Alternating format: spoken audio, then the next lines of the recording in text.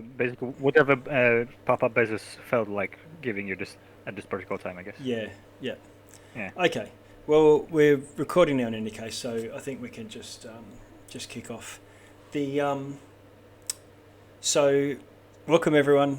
We're at, if I look online, it looks like session 10 or 11 or so on, but there's quite a few that I'd split into two, either because they were long sessions or because they were a tale of two halves, where you've done something in one half and something in the other, or when we had a natural break and I just sort of stopped it then, or when I knew we were having a break and so I just spread my toast thinly by putting one up one fortnight and the other half up the next, like an episode of Doctor Who. We won't see our resident aquatic ranger or half-elf paladin tonight. However, welcome session number 2, Binyas the Bard. You're with your new webcam that flickers. It looks like I'm watching an episode of The Grudge. Yeah. I think, or I think it's your ghost model, like, influencing. Yeah. Actually, no, it was The Ring, wasn't it, that had this TV thing going on? The flicker effect. Oh, yeah, I remember. But, welcome everyone. I think by means of a quick introduction or quick background, you are deep in the mines of Berranzo, a 100-year-old mine complex, recently used by dwarves, but it was originally human dug, and something happened and they all started to go crazy. There was madness effects of something, and the mine closed down and they stopped mining. Recently there's been dwarven expeditions to try and reopen. You had arrived on this island of Gardalun, seeking a crashed vessel, realising that crashed vessel is crashed on the shore from the sky, not from the ocean, and it's some sort of spelljammer alien craft.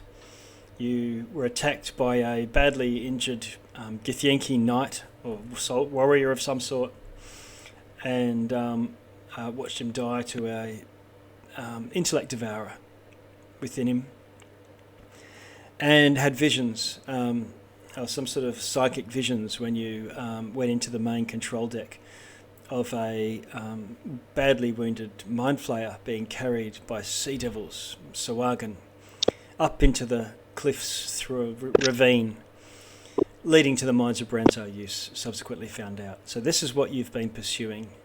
You managed to find this badly injured mind flayer, quite healthy, but some sort of vampiric undead beast type creature, having lost its mind. So there was a huge fight last time as it encountered you, or it sort of snuck up on the back of you. And I can't remember now. You'll have to remind me. Did it phase out, or did you manage to dispatch it? Oh, it's dead. Yeah, very dead. Hang on, which one? The Illithid. The one that came out of burn. The one that was crawling on the ceiling. Oh, that one. So yeah, we got that one. Yes. Yeah. He's very dead. Okay, all right. So there's a very dead one. We fed him to the rats. Yeah, okay. And you did find some more cranium rats scurrying about, but not a swarm as such, and they're keeping their distance, although with a wary eye on poor Elric over there. Right now, as you can see on screen, you find yourselves in one of the chambers of the dugout, rooms within the mine complex. A short way to the east is the open main shaft of the mine, a great crevasse of some sort. But to the south and west there are more rooms, which I think you've been to. You should see on your map the faint outline of where you've been. That should show up on your map, but the places where you can currently see will be more brightly lit. So No need to try and remember or stumble around in the dark from room to room, trying to remember which way's out. You should see that.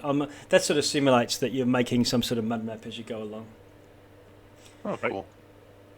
You've taken a short rest and identified or tried to figure out a few magic items. Gungo is slashing and thrusting with this wyvern dagger, adamantine wyvern dagger that they found. And someone is putting on this little head and shoulders deep sea diving space helmet mantle. Who's got That's that? me. Is that you, Eric? Okay. Yeah. It doesn't actually go all over your head. It's just got, it just comes high up the neck. And it's not, when I say space, it's still a bit medieval, probably like a Fremen shoulder pads and Fremen neck piece. Nice. Yeah, a carapace. Yeah, a bit like something out of Dune, something a Harkonnen might wear. Okay, so Like from Skyrim, from Morrowind. And so what do you? And it helps me breathe in any environment, right? Yes, yeah. So I wanted to ask you, does that work underwater too? It does, but Okay. think of it, and even in the vacuum of space. Okay. But it doesn't make while it makes it breathable, it doesn't necessarily make it. You would expect there's still limits. So, if you look at the wording of the old chestnut Leomund's tiny hut, where it says the air inside is pleasant and the climate is as you would like it to be. But climate is not like sitting in lava, so the heat from that might come through, for example. Oh, right. Yeah. Okay. But yeah, if you think of it as something that could take you underwater or into the vacuum of space, and in that sort of range, then you're probably okay. All right. Poisonous gases and stuff too, wasn't it? Yes. So it'll filter out any sort of breathable toxicity will be wiped. Okay. But not just immunity to any poison damage. So the breath weapon of a green dragon. Okay, there's probably a few examples that you might come out of left field. Fog cloud or what's it called? Cloud kill. If one of those swept across you, you'd expect that to be okay. We'd have to make sure which one is breathing and which one is just like an acidic vapor that touches your skin. Different thing, because it's only covering your face and your shoulders. Yeah. Okay. I think last time we established that at the very least you're safe from bovine expulsions. Yes, bovine expulsions. Methane you're in a happy place. Yeah. Keep it on. Stinking cloud. Yes. Good. Yeah, very good. Yeah. I'll be like, what's the big deal? Walking behind Gungo will be. It's a very big deal at this height. Yeah,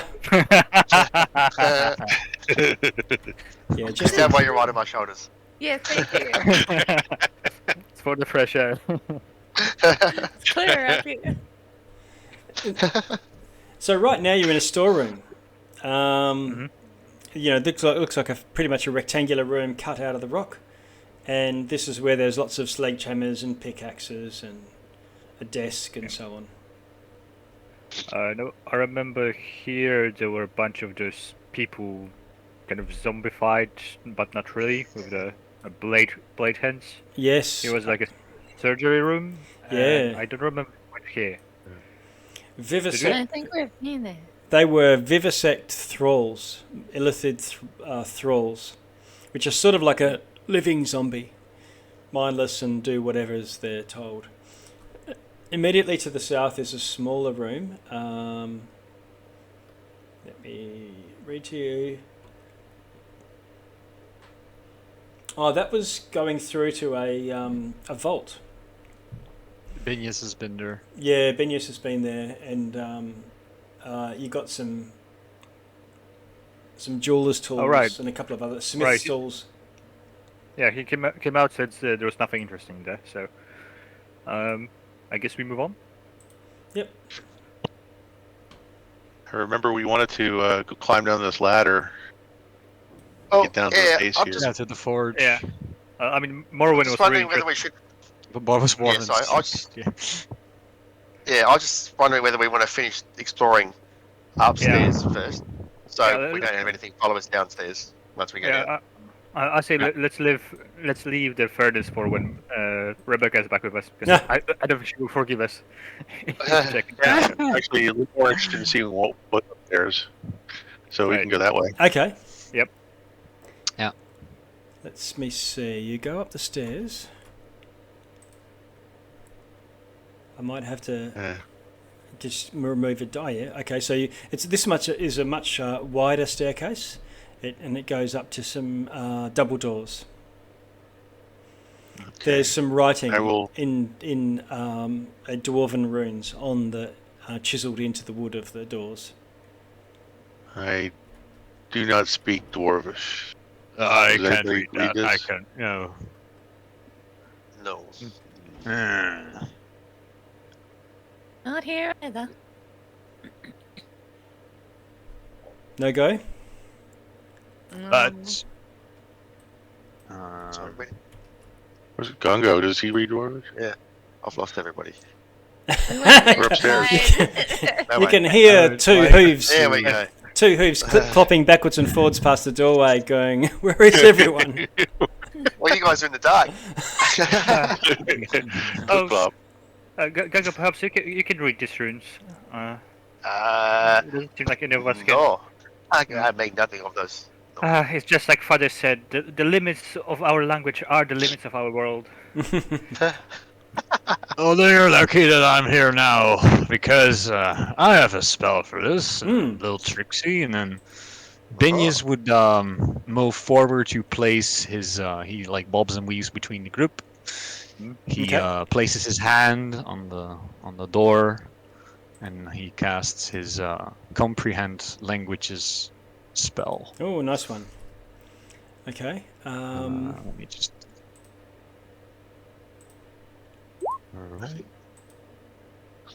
Well, that comes in handy, Nice. That's a handy spell. especially since we're in a cave of dwarves and nobody speaks Dwarvish. Mm-hmm. Okay. Binius. This is a dwarvish runes of warning. Warding or warning? Warning. Warning. God. Yeah. And it's advising people coming this way that this way leads to the deeper dungeons of the Underdark.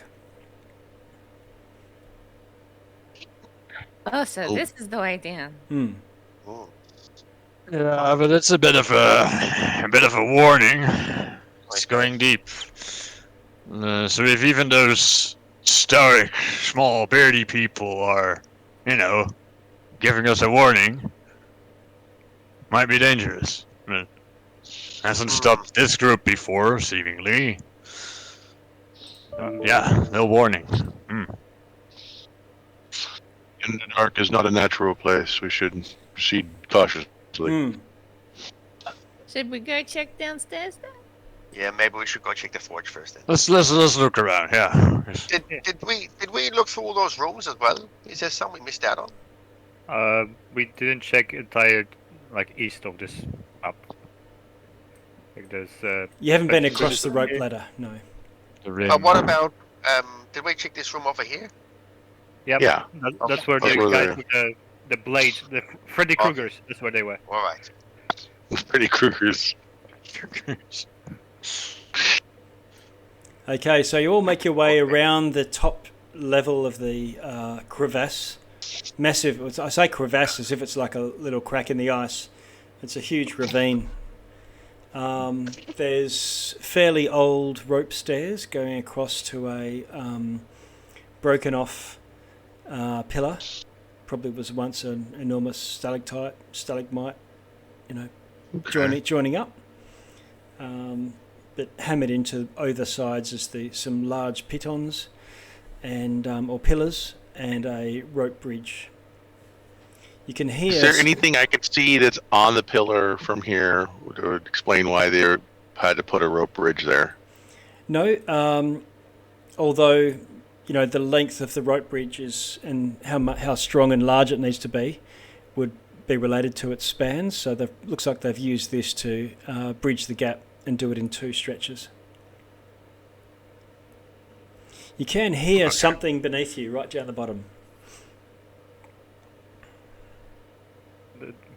Does it sound like a natural occurrence or is it more organic? It's like something scraping on rock. It's not rhythmic. It's not rhythmic. Oh, okay. I'm gonna walk up to the edge and see if we can see him. What's the length of your dark vision, Felwyn? I don't know if I have dark vision. You're a gnome, right? Gnomes. I'm a gnome. Gnomes are one of the best. Oh, Yeah. okay. Where would I see that? Under like passives, it says senses. Oh, 60 feet. Okay. All right. So you think you can see something now? Remember, it's grey vision with dark vision, but there's definitely some sort of scuttling, skittering, scraping sound, and there's some large-ish shapes moving around, sort of boulder shapes on the very bottom level. I could cast light on one of these rocks and throw it down. That perhaps could eliminate whatever is down there. But Yeah, but then that would alarm them. I would lose attention.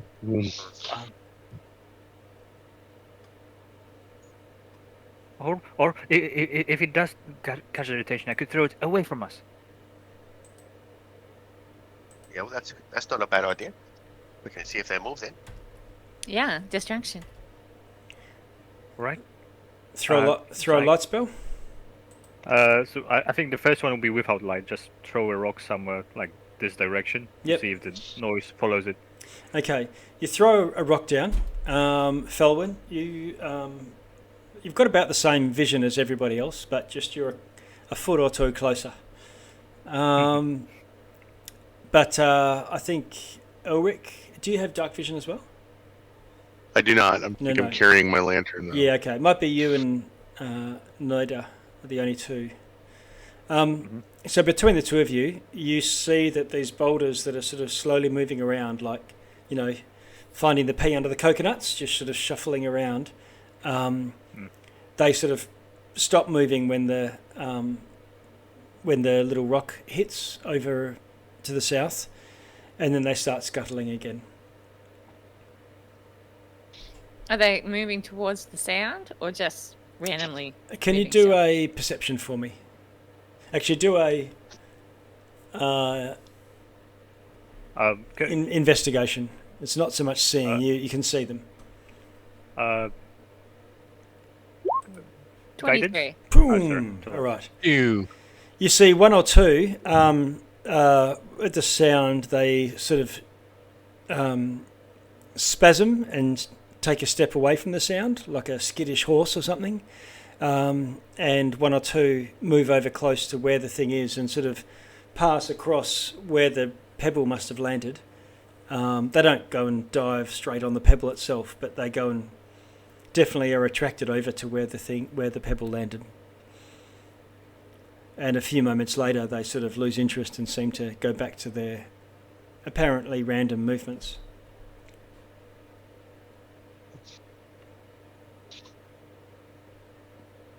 All right. So they're like directly below us on this floor, or The all very the way down? the very bottom one. The very bottom one. Okay. And it's just this area. It's not like they're approaching the furnace or. No. Good. I don't know. Do we really need to go down there? What can you see down there? these the boulder-shaped things are moving about. They definitely were attracted to the rock, but they didn't do much with it, and then they just lost interest and they're moving around again. They seem Boulders friendly. moving around. Yeah, they're sort of shapy things. I can't really see, but they're lumpy.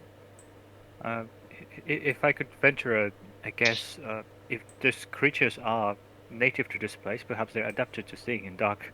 So the fact that they followed a simple rock might indicate they aren't that smart. So perhaps throwing light won't cause any harm. They're all the way down the bottom, right? Yeah. Maybe we should go halfway down and see what they do.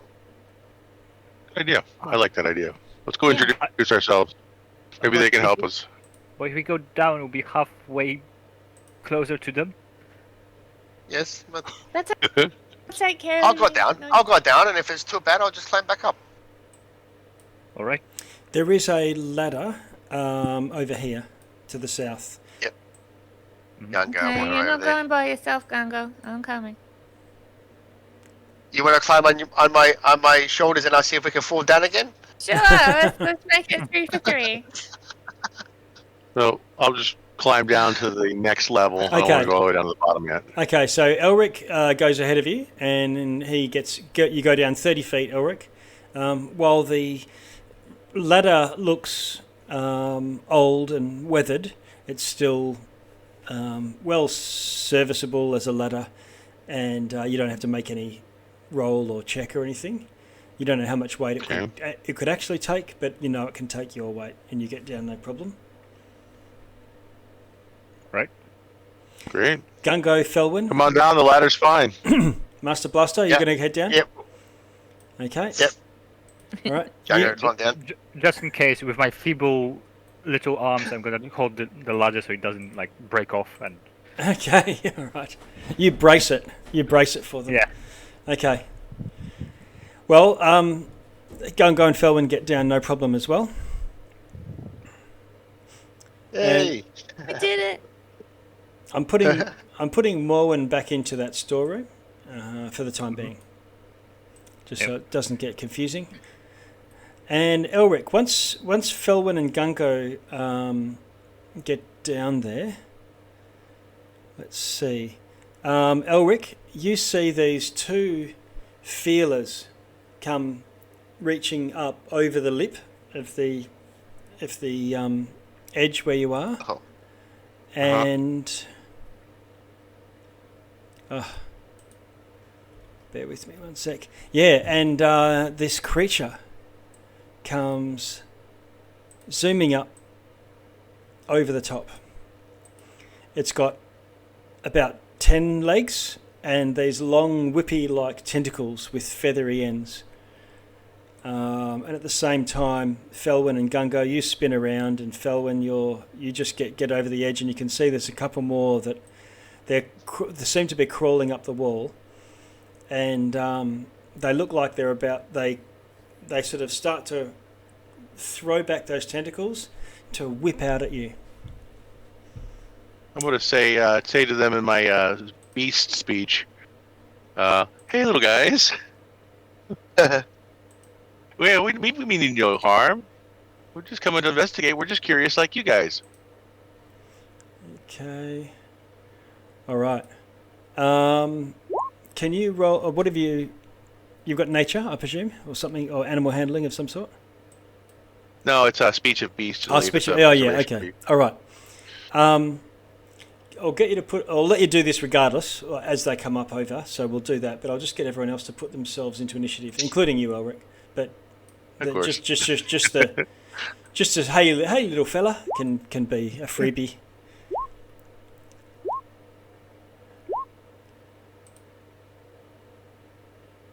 Yeah, with speech of beast and leaf, I don't know what they're saying back, so if they say anything at all, they... Yeah. It's more body language than anything. Yeah. Okay, and I'll just roll for them. Maybe I could persuade them to not attack us. We're probably the first fresh meat in like a decade, so that would have to be a really good persuasion roll. All right. So, Ulrich, I can't. Oh, there's you are. You're a 6. Okay, so Yeah. Yeah. Terrible roll. okay, so I'm treating That's this. all right. That's okay. I'm treating this as a surprise round, but Elric, you're not surprised because you're already there, and they're not surprised because they're over the top as well. But just for the purposes of Gungo, Felwyn, Noda. So Elric, you sort of, hey fellas, da da da. Oh, who am I missing? Oh, Gungo just got yourself in there. Yeah, I just put myself in. That should have been 7. That's okay. I can move that into line. Okay. And it doesn't respond to you, or it doesn't seem to hear you even. Let me just.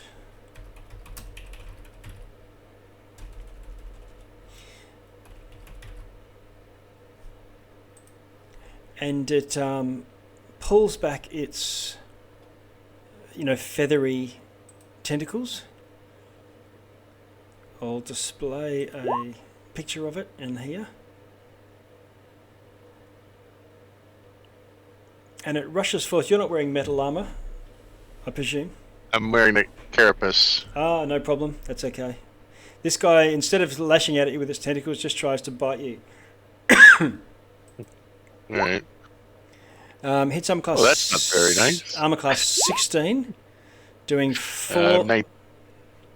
Are you armor class 19? Yeah. Sorry, Wow. where did I change that? I didn't change it on here. Yeah, there you go. Okay. All right. So it misses, and it goes chomping away at your carapace, and that's the end of that. So then we move up to the top of round actual 1, which is Felwyn, and you're down. You're on your feet. You've just landed and hopped down and spun around and seen these aggressive little buggers crawling up towards you. What do you want to do? It's like, oh my god, this is gross. So I'm gonna bonus action and give myself 4 temporary hit points. Okay. Do. And then I am just gonna actually punch the one that's right next to me. Okay.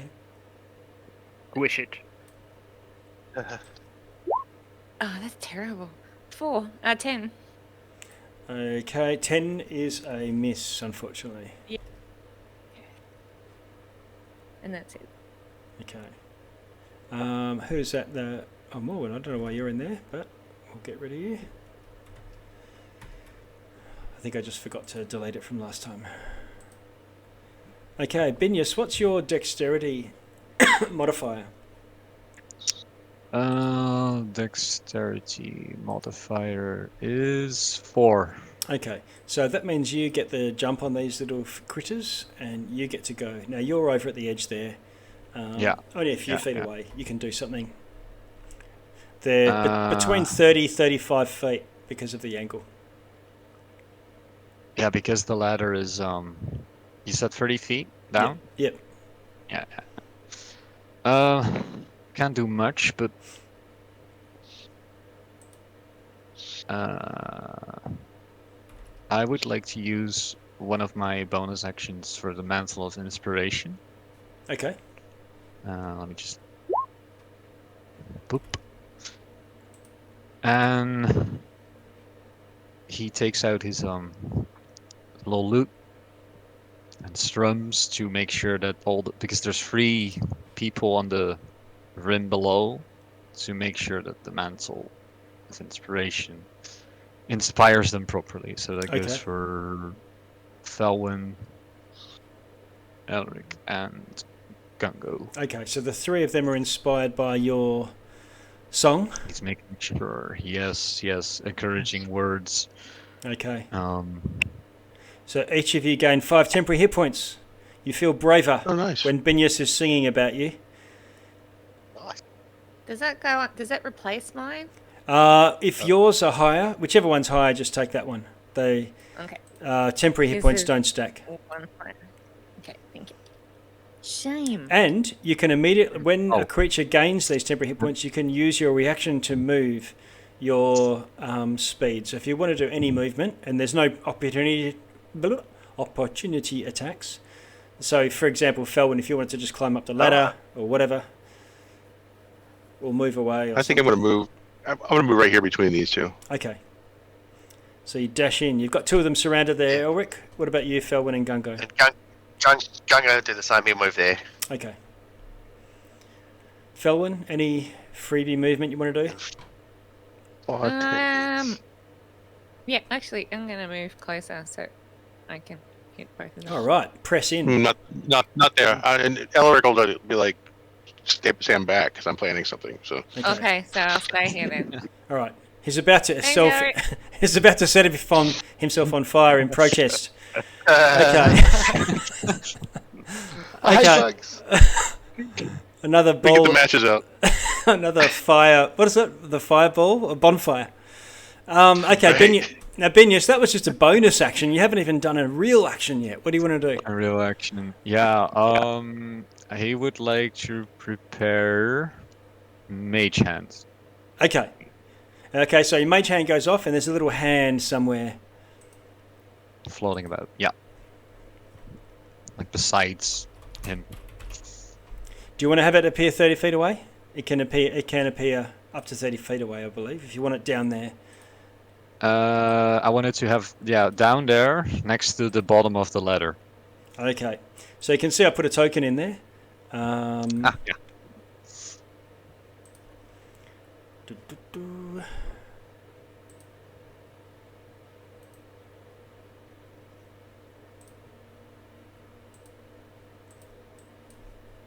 Mage hand.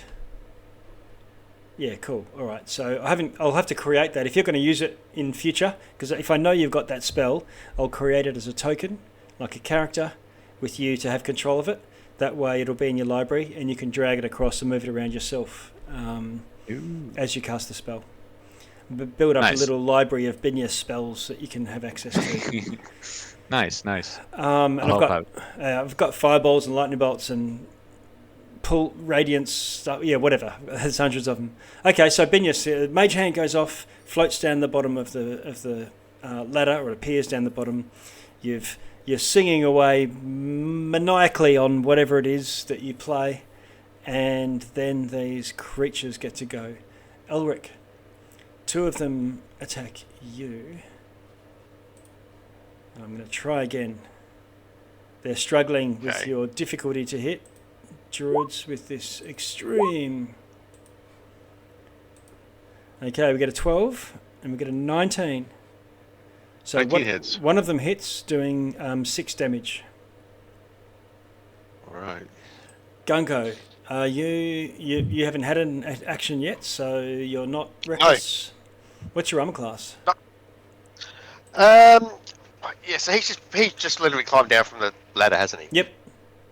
So he probably wouldn't have his shield out then, right? He wouldn't have it out yet. One free action to ready it later. 13. Okay. So two of them attack you. One of them gets a 7. One of them gets a 16 and bites you for 4 points of damage. Right. Are you wearing any metal? No. Okay. Nope. Right. The shield is all he has. No, that's is the main thing he'd have, but yeah. Yep. Okay. All right. In that case, we move down the list. Gunko, you spring to action. What do you want to do? Okay, well, yeah, he will rip out his shield. Okay. And then he'll just headbutt the one to the south. Okay. Okay, it's horns. Why is this going so slow? Okay. Ooh. 17. 17 hits. You headbutt it. So that's just going to do 9 damage. Okay. Nice.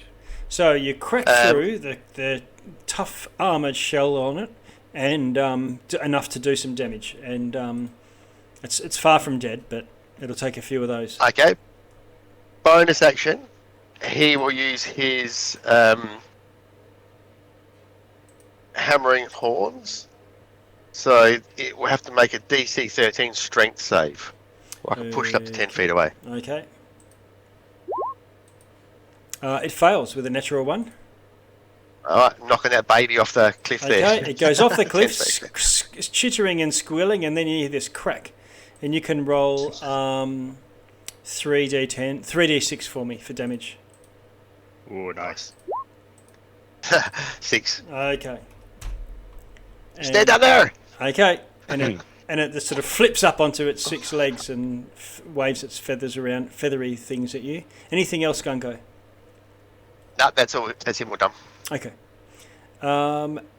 Back to you, Elric. Or Ulrich on is going you. to take his shield and then kind of wrap it around himself, and then he's going to cast Thunder Wave Oh, okay. and try to push both of these things off the cliff.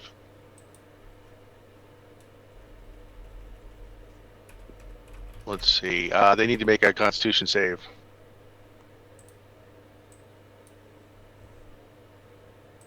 Let me see if I can put that in the chat. Okay. Boom. Yeah, put it in the chat because I just need to see how it goes in relation wrong to thing again. There it is. Okay. All right. It was the first roll. Okay, a 15-foot cube originating from you. I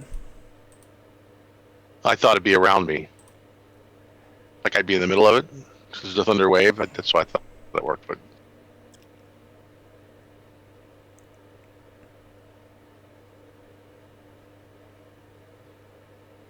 I think it's if not, I could take a step backwards and do Yeah, it. yeah. So we can look it up and find out later on. But even if you because you had an opportunity to move out of combat anyway when you got sang out, so you could have done it just there adjacent to you, and that would have blown them both off.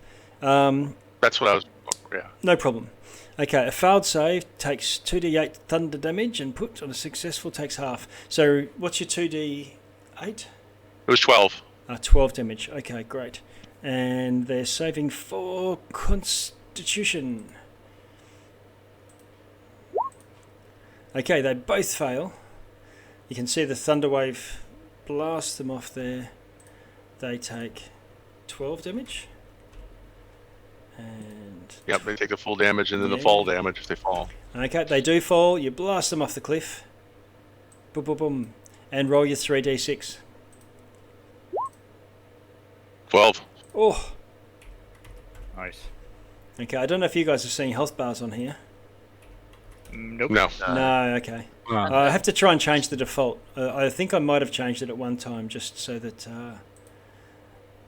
it wasn't obvious that things were creatures. Sometimes, a rug of smothering or a mimic, shows up with a health bar. You go, oh, that couch has got a health bar. I think you can make make a setting so that it appears only if you hover over it. Right. So that will reduce the probability. Yeah. Okay, so they're both on their last legs, and they've just taken massive cracks and blasted off, and they're sort of twitching like a cockroach that's been stepped on 3 times. It'll take one more to see it off. Elric, anything else from you?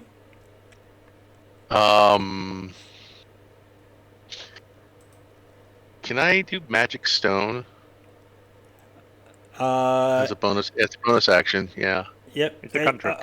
If it's a cantrip, then yes. It's a cantrip, and then it's I touch 1 to 3 pebbles. Can I find like 3 Yeah, pebbles? oh, there's pebbles everywhere. Yeah, all right. So You I'm pick just up 3 going to, pebbles, cast Magic Stone, and you've now got... okay, that's not the right button, but That's all right. You've got some Magic Stones, whatever it says, as many as you can sort of pick up and cast on in one bonus action. And now these stones are humming with energy, and you can either throw them yourself or give them to someone else to throw, or... I'm going to give 1 to Felwyn, and I was going to throw 1 at one of the ones I threw off. Can I do that? I don't think so. You'll have to put it into the chat. Sure. Okay, how does this work? You It's my touch first 1 to time using this 3. one, Yep, so- someone else can make a range with one of the pebbles throwing it or hurling it.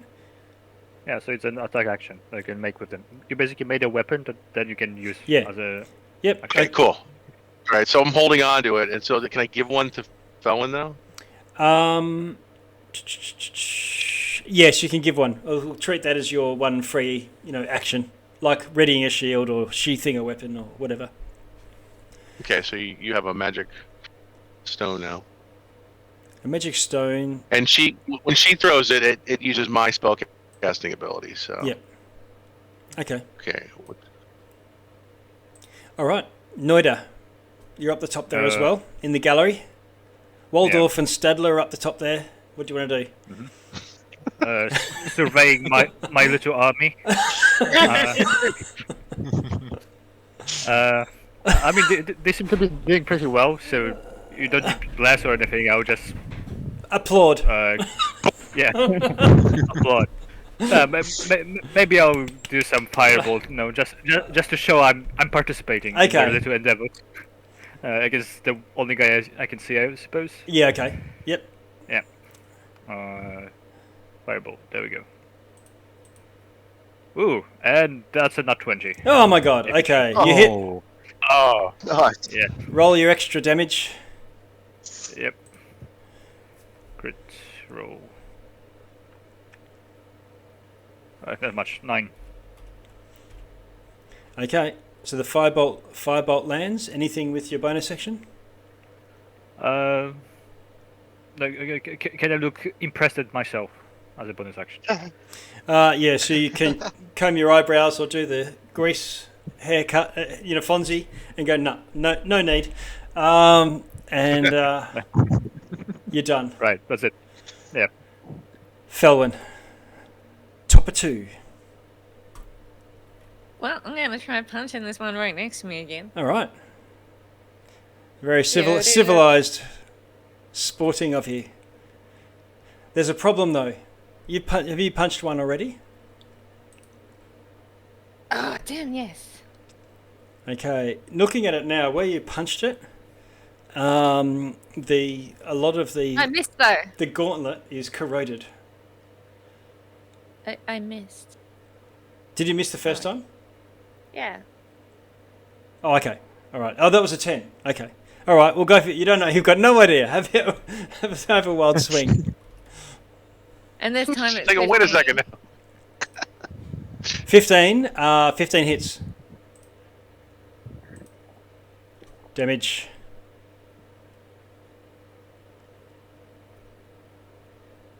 Dun, dun, dun. 7. 7 damage. All right, so bam, punch it in, and I'll let you sort of notice. Ba-ba-ba.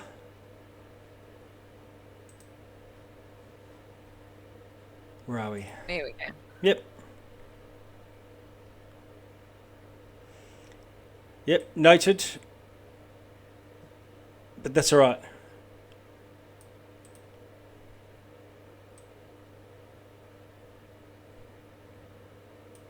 Okay, yeah, it looks like it is got some sort of damage from rust on it.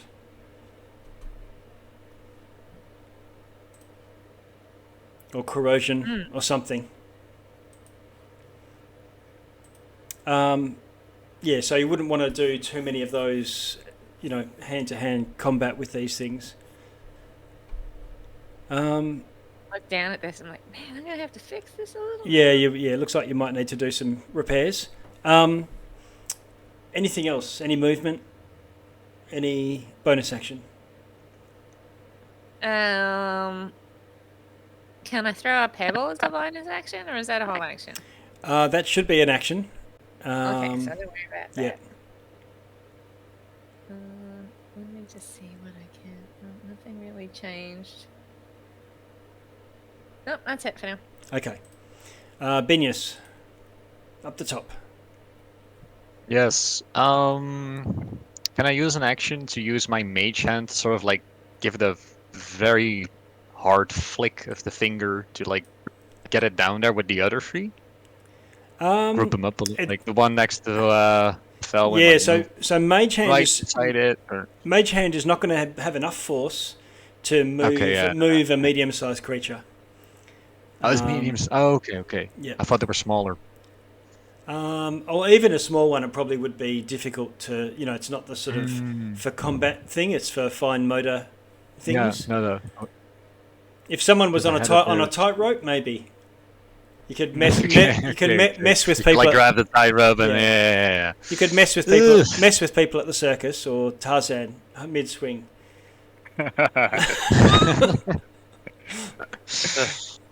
Okay, then I'll leave it like close to the ladder in case it like falls down, having it prepared there. Yep. Having it stable in case the group wants to move up again. Okay. I think touch spells you can use through Mage Hand. I can't remember. No, that's familiar, I think. Oh, with a familiar. Yep. Okay. Yeah. Okay. Anything else, Benyus? Then you've got your Mage Hand. I'll just move it a little bit into that square next to Felwyn there. Into the ladder. Yep.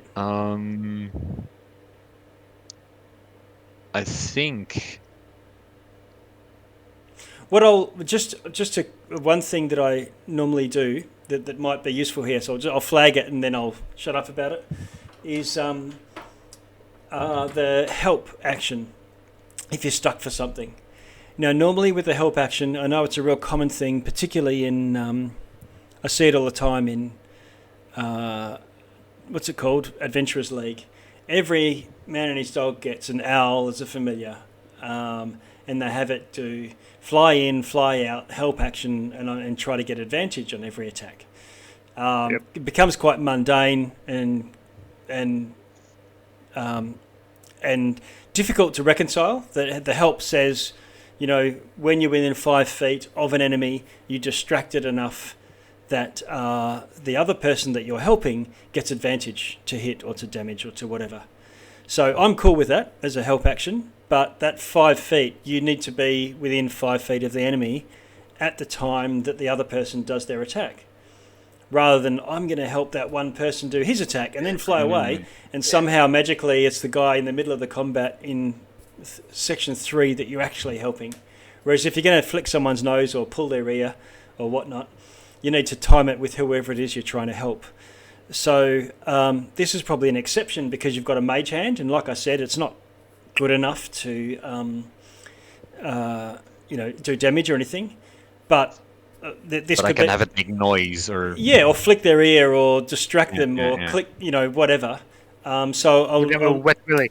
You give it a wet willy, yeah. So so if I could make it like do a few finger snaps to the one next to Gungo and Felwyn, like, hey boy, over here. That's right. So if you wanted to say, I'll do the help action through my mage hand I'd like to, on this guy, but you need to say who you're actually helping. So you're effectively timing it with somebody else's attack.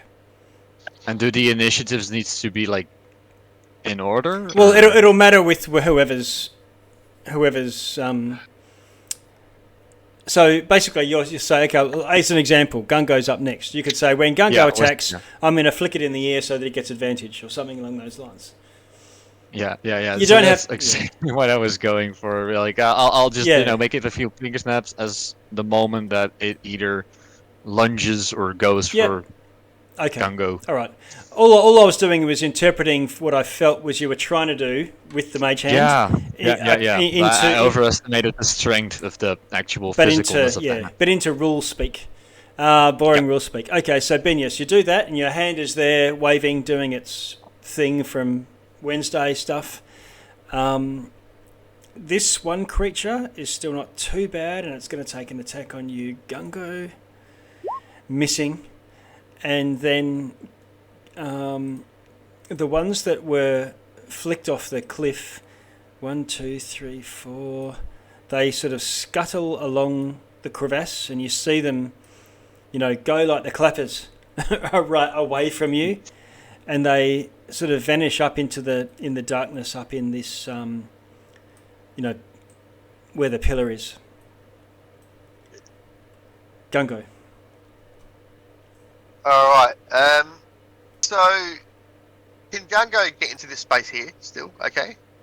The hand doesn't take up the whole space, right? Or? No. The hand is just a hand size. You can occupy the same space as the hand. Oh. He'll move there. He'll whip out his dagger. Yep. And he'll stab this thing. All right. Okay. Go for it. Oh, he'll whip out Morwen's dagger and attack it. Yeah. Oh, sorry, Morwen. Your dagger's all gone. He doesn't know anything anyway. No. About that.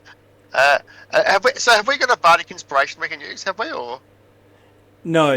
Or was that just like that was just the temporary hit points? Okay. Yeah. No. Yep. 11. Okay, that is a miss, unfortunately. Advantage. You get to roll twice because I was going to say it. That's right. The hand is. Right. Okay. Hey, boy. So your 11 missed, but because of Binyas tweaking this thing, you get a 24 and hit. Okay. Nice. Okay, I'll get 4 plus 2 plus 2, 10. No, 4 plus 2 plus 6, 12 damage. Oh, 12 damage. You plunge it straight between the eyes, and the thing flips over, twitches a bit, and is dead. You kill it, plunge the dagger in, and pull it out.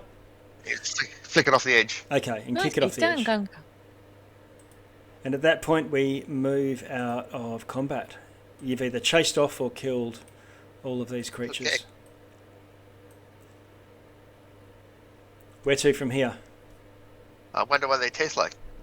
Is the dagger still okay because of the acid? The dagger seems okay. Maybe a little bit pitted, but remember it's an adamantine dagger.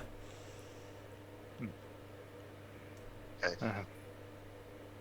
Well, while they've run off, maybe we should go down and have a quick look. There is another. There's another ladder right there. Did you all want to go down? Yeah. Yeah. Right. Yeah. Boomski, there you are, down the bottom of the thing.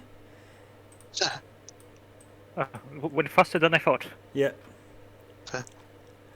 And you find yourselves at the very bottom of the ravine. This far down, you can start to feel this. You've gone down 30 feet, and then 30 feet again. This sort of thrumming in your head, this as if you're being watched and alone all at once. You can see, Noida, you're only about 15 feet away from an enormous grate.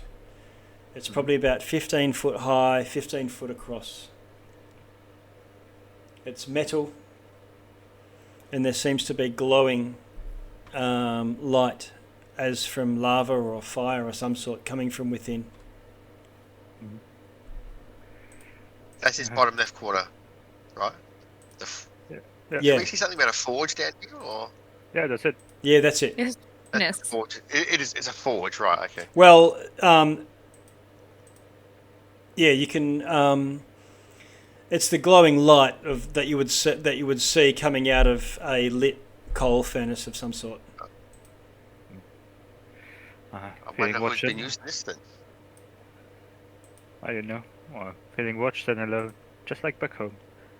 I was so creeping to take a peek.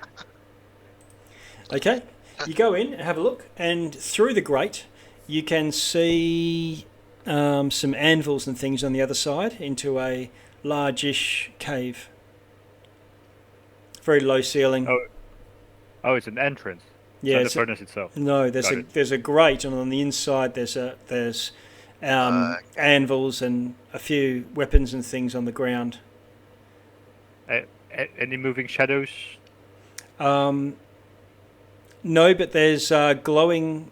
There's a glow somehow. You can't tell from.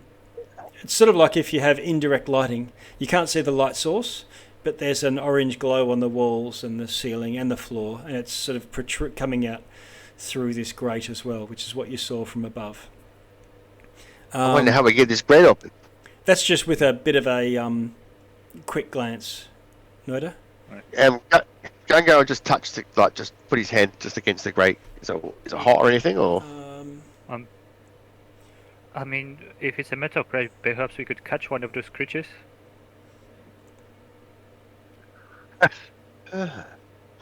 Corrode the metal. I'm surprised I have not done that already. Times, right? You can see Gungo tell me Gungo that they're not very. as you get close enough. You can tell that there's some sort of runes in a. I was going to say writing. I was going to say runes. Rines. Writing in a circle as like an arc, covering the whole grate. The grate looks pretty sturdy. Okay, and does it look more like those dwarven ruins again? More of those? The writing, or? It looks like dwarven writing, but you're not sure if it's their regular writing or something else. Could I do Hey, Binyas, can you read this? Sorry. Actually, that's That's better. it. Binyas, is your spell still going? How long does that take? The comprehend languages? Yeah. It is 1 hour, Okay. but it says that it's only for spoken and that you can understand any written language you see, but you must be touching the surface. So Okay. can I still touch the surface and understand what it says? Yep, you can go and touch the surface, and then you understand that this is these are writings of binding. Binding, that's it? Yes, Fighting. they're not spoken words. They are whatever herein shall stay herein. La la la. It seems to be like whatever stays in will stay in here, like sort of a warning sort of a thing. So again, But it's not saying we're not allowed to go in there. To keep us out or to keep something in.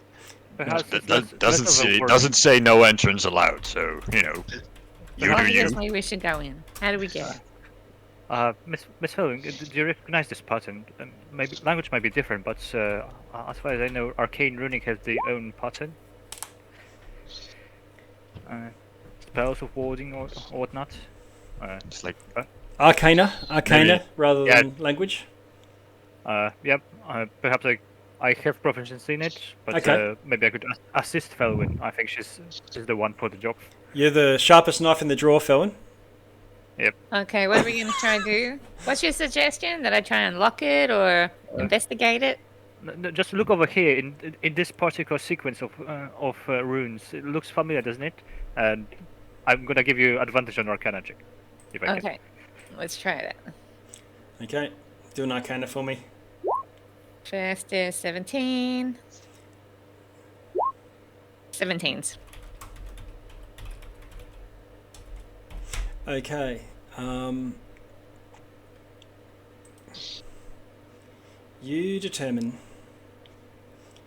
that firstly, you agree that while Binius could tell that this was, a writing to say what shall be contained, so it's some sort of warding, and it's warding from the inside rather than keeping things out. Let's see. Oh, so it's the opposite of what we thought. It's to keep something in here. And you determine that this is a particular type of warding. So, there's things that warlocks do to hold demons and devils and blah, blah, blah. This is about a primordial or elemental warding. People might do it as like a dam to hold the water at bay, or fire as well to prevent it from spreading, that sort of thing. And let everybody know, well, it's a binding, but it's an elemental binding. So And from the globe, the fire elemental? You can see a chest within as well, around near the anvils as well. Well, let me tell you something.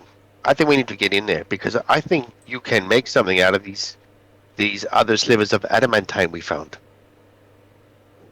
With your clever little hands, with that hot forge, you could probably make another weapon. We could probably do something for sure. Yes, and by the sound of it, we, as long as neither of us is an elemental, we should have no problem entering and exiting. So how it's this is here to stop. Can we see a way to get in? Up. Yeah, how do we get in? Is it locked? No, just these bars. This looks like a portcullis. Oh, do I see any chains or anything, a way to raise it? Maybe the mage hand can release it. Are there any corpses of those animals around that we just killed? Corpses? Yes. I'm hoping we killed at least one of them. One of the bugs, the rust monsters? Yeah. There's one of those, yes. Yeah. Yes. I'm not wearing anything metal, so I would like to grab one and bring it towards the crate. I don't. If I just rub its carapace against it, try different combinations. Maybe spread some blood. Who knows? Can I check to see if there's a way of opening it while he does that? Yeah, it looks like Yep. the portcullis goes down into the ground just with spikes, but otherwise it can be raised. But can you do an investigation for me? Yeah. That's just more the mundane stuff that you can see, obviously. 25. Oh my god. Okay. Ooh. Wow. You take off your deerstalker hat and pipe, and you note that there's some cables and chains going up into the rock, and then you stand back and sort of survey it, and then you can see that it was a little bit hidden from above, because you can see the corner of this ravine jumps straight up 2 levels. But if you go right to this, where it's halfway up, it eventually goes right to the wall, and if you scooch along there, you think you can see some sort of mechanism like a winch. If you were to go back up the ladder and go around from the halfway up section. Okay. Phineas, just send your mage hand up there. Has Falwyn informed him that there are like chains on the... Like, hey guys, look, if we go up 1 level, there's a mechanism that'll open this up. Sorry. Easy peasy. Binyas moves his mage hand through the portcullis and he like fiddles around a little bit, and then it's like, got it, and he pulls down on one of the chains. Okay. All right. Can you just put your mage hand into the chat for us? Yeah. I know most of us can probably rattle off, but I just wanted to say, I think it's a £5 limit. Yep. It did say something like that. Got it. £10. £10. Okay.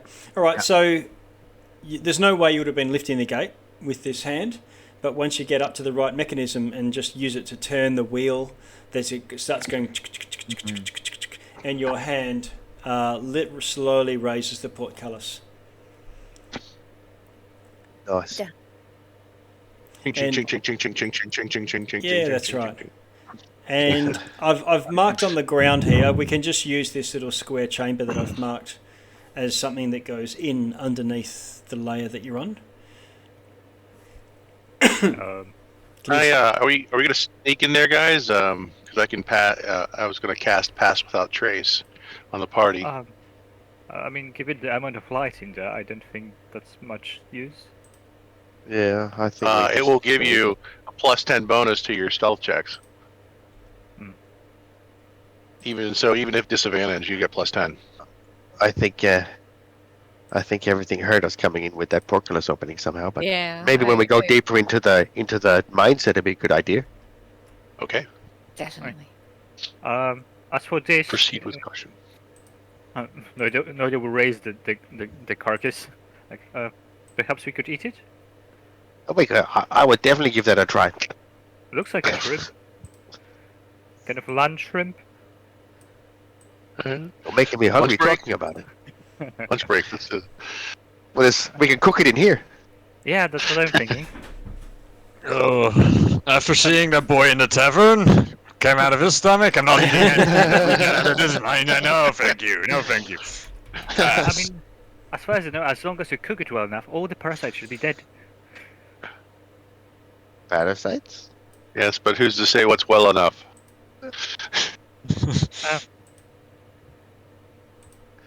I guess I would throw it away.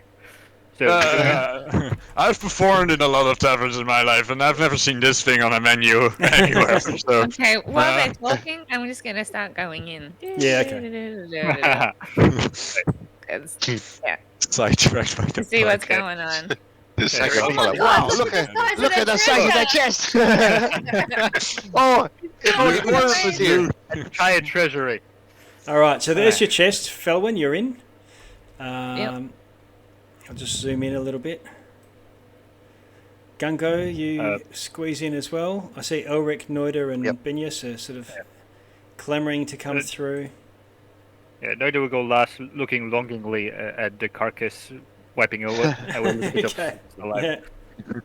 Yeah. He looks over his shoulder. Idea, he's like, "Don't." It was a good idea. Just don't. No.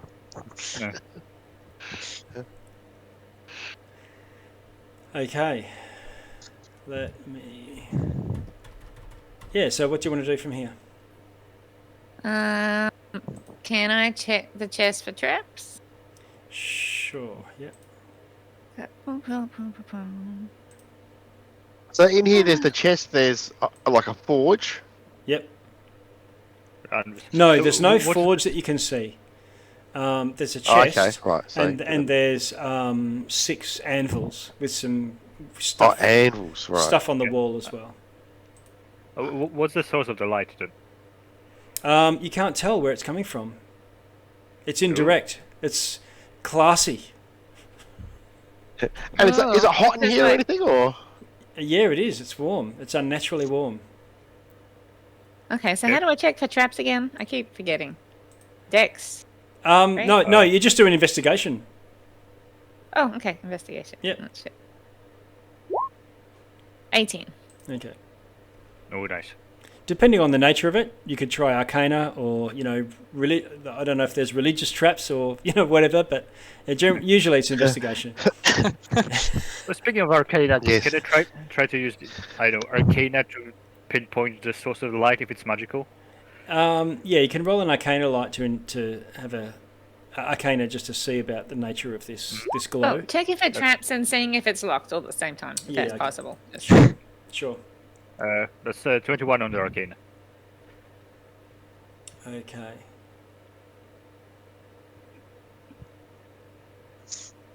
So is the room empty? Like nothing else besides anvils in a chest? Yeah, huge adamant, huge grate covering the entrance to a forge. So it looks like there's a forge next to, there's a furnace unlit next to the chest. But where you might have stoked coals and had it all lit to start banging away at these 6 anvils. So at one time there's probably 6 people simultaneously working on this. It's not. Belvin did determine that the ward was active, right? The ward is active, yep. And the room is empty. Noida, from your Arcana, you believe that looking at the way that the light is shining and where the shadows are, it's as if the light is coming from the forge, even though the forge is not lit. Magical. Yeah. And what about the heat? Is the heat coming from the same spot, the forge, or? That's more ambient. That's more ambient. Okay. How did my investigation check go? Yeah, I'm just checking that. Okay.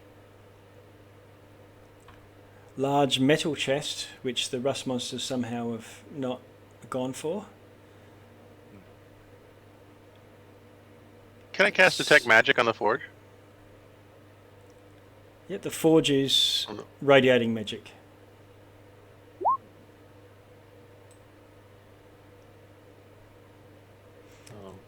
The forge Clearly it's a magical forge. Yeah, you don't notice anything that seems like a trap. No needles or poison or whatever, or runes or dust or anything like that on the chest. Yeah.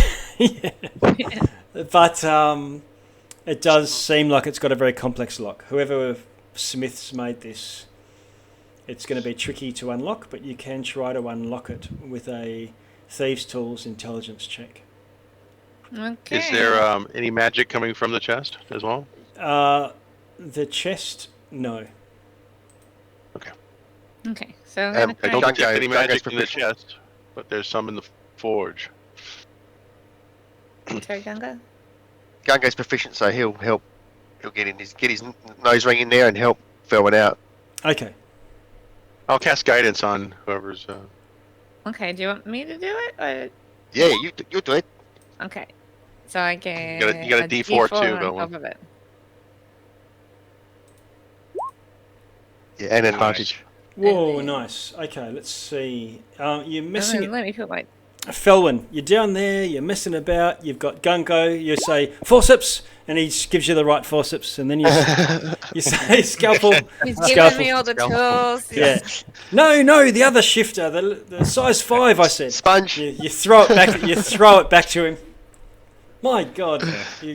Wiping a forebrow. You can't get good help these days. Yes. But you're sort of messing about with it, and you think you're pretty much there.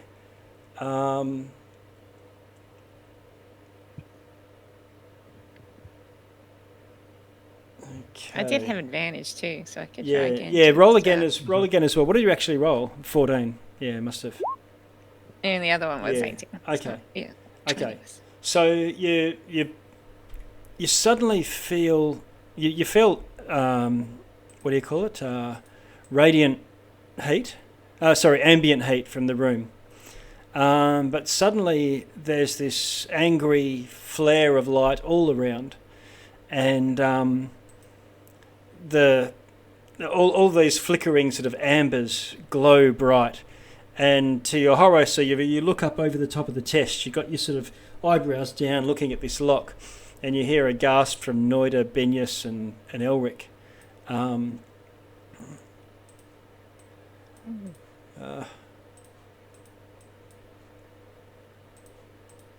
As the forge, I'm just going to put it in here. I don't know if you can see that or not. Yeah. Okay. So the forge just flares to life,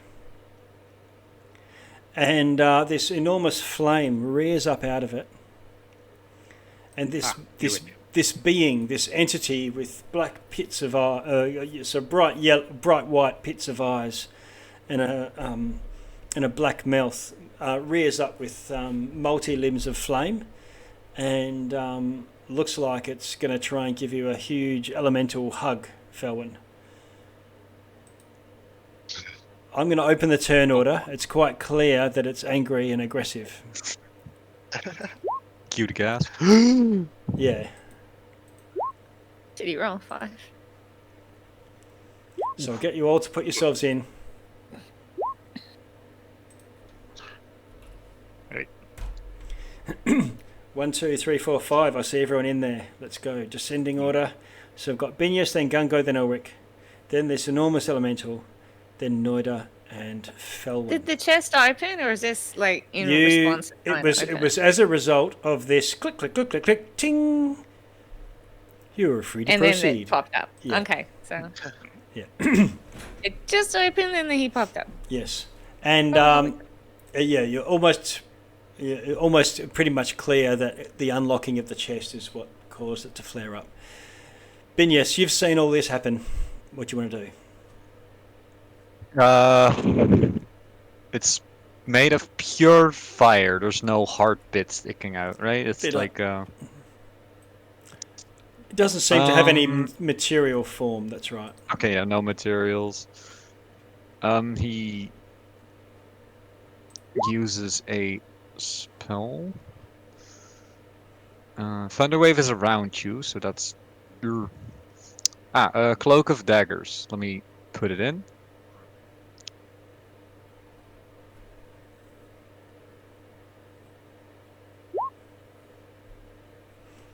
5 foot cube. Okay, so a bunch of daggers you cast it, and this little cloud of daggers start swirling around, as if, usually if it was a medium-sized, a human, they would be surrounded by daggers, whereas you've conjured all these daggers in the space where the creature is, so they're inside it, flying around, spinning daggers centered on the point you choose. You get to... A creature takes 4d4 slashing damage. It's a spell, so it's magical damage. Can you roll your 4d4? Wow, nice. 13. Okay. I'm just going to make it so you can see the health bar. And he uses his tam for this, sort of like rhythmically slashing at the rhythm of the jingle. Okay. All right. So there you go. 13 damage of magical slashing damage from conductor of daggers. Nice. Like 1, 2, 3, 1, 2, 3. Concentration lasts up to a minute. Crikey, I'm going to have to find one. Here we go. Do I have a cloud of daggers? Cloud of daggers. I do, in my library. Here we go.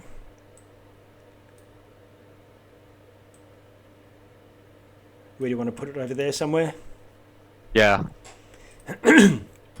Okay. All right, so you should be able to see your cloud of daggers on the screen there. And Nice. That's been just done. Gunko. Okay, so and the creature, is it just in that 5-foot square that the daggers are in? No, 10. Or is it stretched out? So it stretches out like to that whole 10 feet, does it? Yes. So if Gungo goes there, he's effectively in melee with the creature? He is, yeah. Okay. Yeah, he'll do that. He'll step there and he'll stab it with his dagger. Okay. Stabby, stab, stab. Here it comes. Oh, crit! Oh, nice one. Nice. Let's see what this does. This can do all sorts of damage. So it does, because he'll get sneak, he'll get everything except for the My God. 8, 20, 27 damage by the look of it, I think. Oh my God. Is that right? 27. Nice. Yeah. Holy crap. Wow, I rolled 3 6s out of the die. Oh no, not 3, but so yeah, 8 plus 12 is 20. 27 damage. Okay. There you go. So There you stab the dagger in, and it seems to stick in something solid, and then you just rip it up and just. But you would think just a dagger's going to stab into a thing with no liver or anything that you can go for, but you turn it into a huge slash. Awesome. Anything else, Gungo? He'll just try and headbutt it as Okay. a bonus action to shove it. Okay. Where's his bonus action? Oh, there go your eyebrows. Yeah. DC 13 strength Okay. save.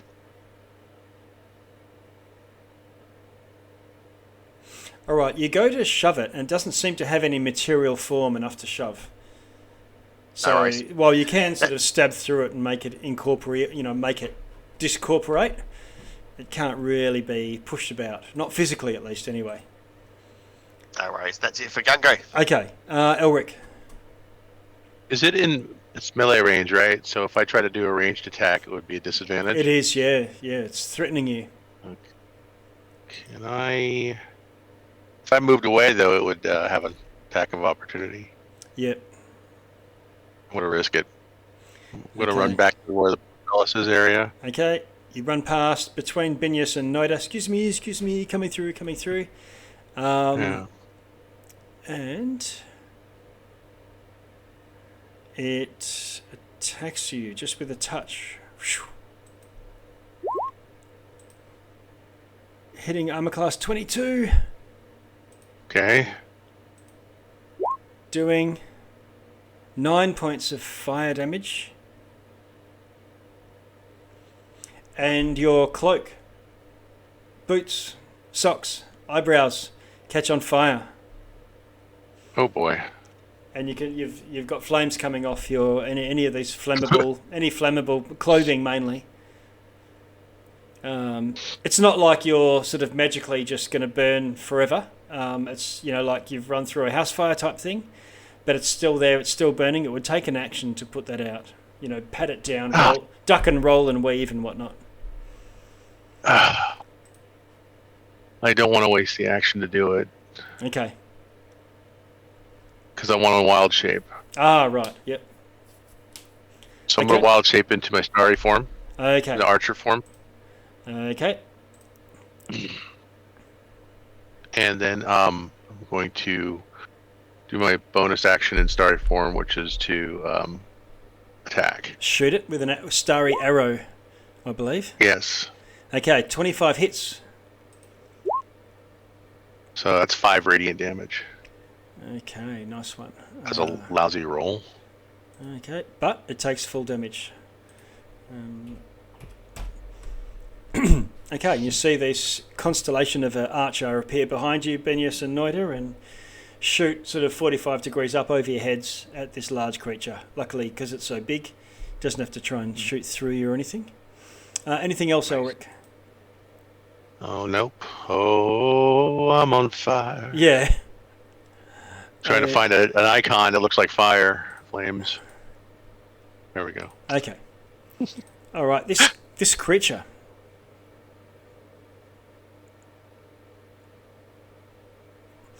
it's sort of starts its turn. Whoops, I'm on the wrong screen. There we go. Starts its turn. It rises up to its full height and then just moves. And it completely engulfs Binyas and... no, not Binyas. Felwyn and Noida. So that you're now in a fire.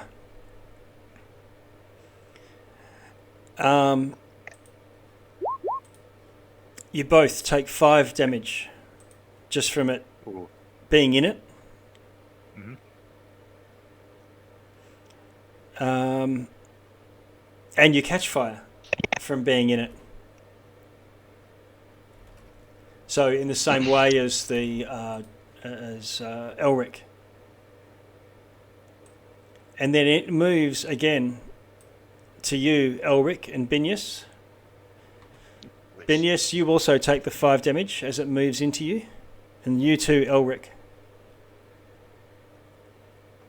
And the 4 of you now have all caught fire.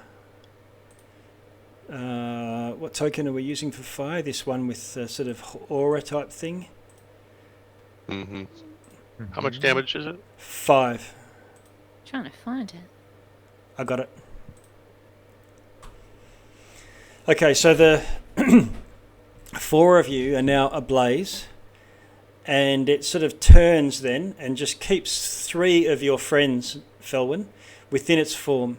Gungo, you get to take a free strike on this thing because it left your area without trying to dodge or avoid or anything.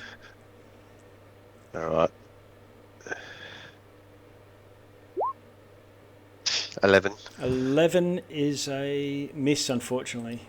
So it sort of flickers out of the way of your flashing dagger. And it turns on you, Felwyn, and then takes a strike. Tries to touch you. Hitting armor class 10. Misses. And then with its left hand, it tries to do it again. Hitting armor class 10. Misses. Happy days. Now, when it went through me, is that classed as an attack? No.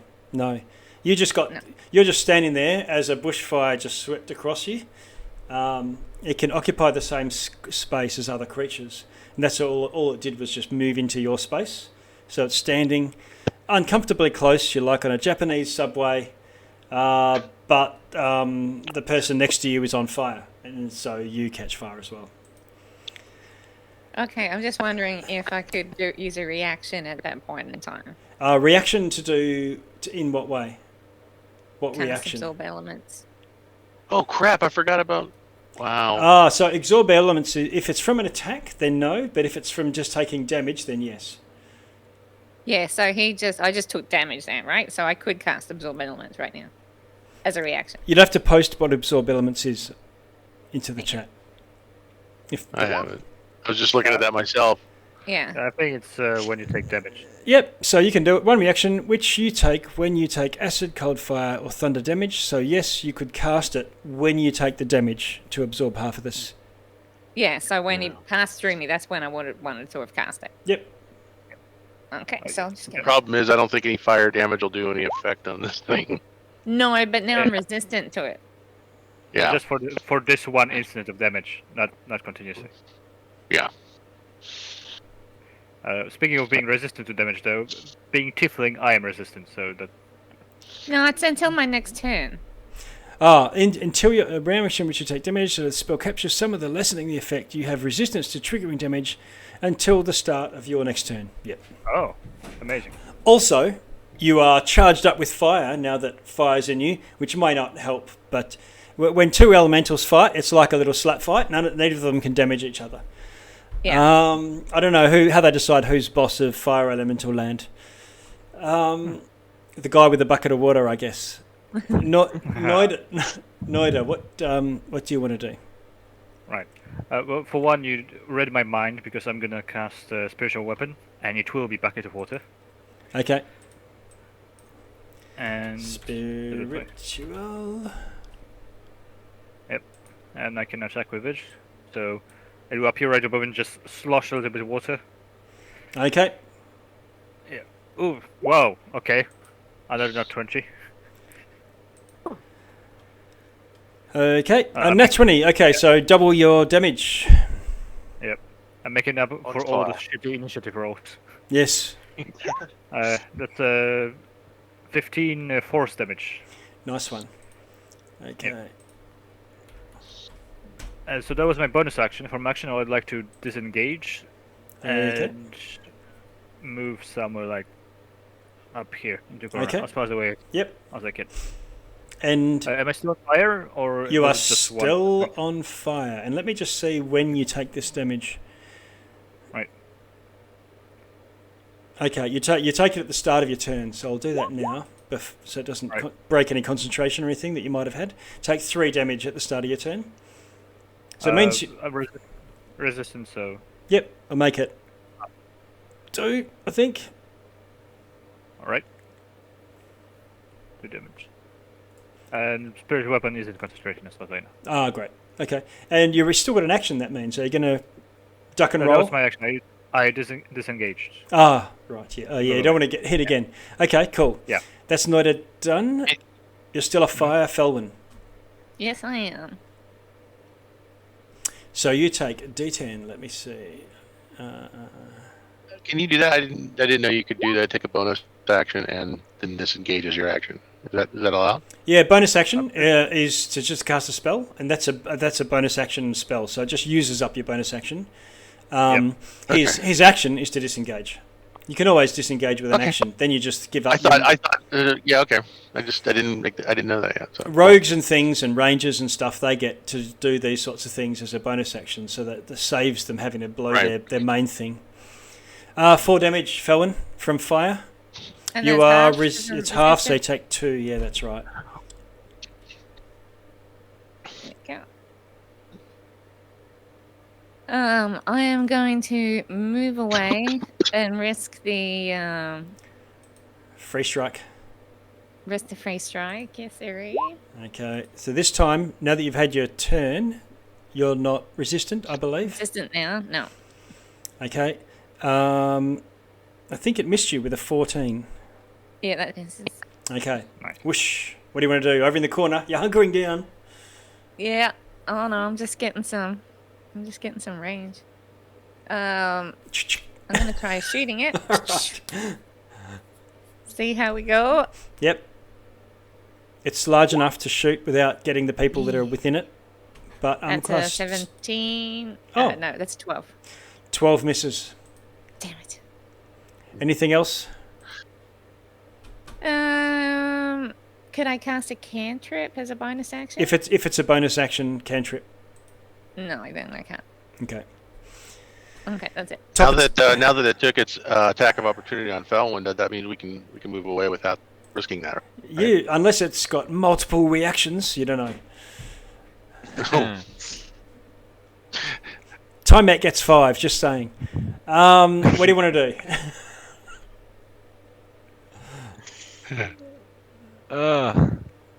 It's me, right? Yes. Mm-hmm. Binius. Yes, okay. Can I use an action to both move the storm of daggers, cloud, back into the creature and move away? Or let me see. Let me look at cloud. You fill the air, spinning daggers in a cube, 5 foot aside, send it upon you. Choose creatures take. This cannot be moved. Sorry. So it cannot be moved. No. Yeah. Okay. Yeah. But you can move. I can move. Yeah. So I'm also gonna try and move away, but I will stay in melee range and use my rapier in order to stab at it. All right. Now, have I done I haven't done my D10 on you for burning. Yeah, I was going to say so. So you... Oh, 10! Yeah, getting home in here. Everybody's health is looking pretty good. I don't know how, but I guess... Oh, no, there we go. Oh, I haven't... We had 10 hit points. No. Yeah, we all had 10 hit points. We all had 10 hit points. That's yeah, okay. They came in very handy, thank you. Yes. Yeah. They're very temporary. Okay, so you've moved away, and then what? Pulling out a rapier, is that the go? Yeah. Okay. Yeah. Roll to hit with your rapier. After he seen the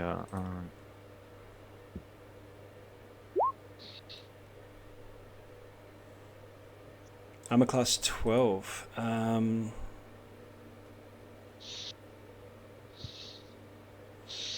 Okay, you slash it, but it's quite dodgy, and just like the flickering flames, the swish misses, moves around between arches of fire. You miss, unfortunately. Anything else?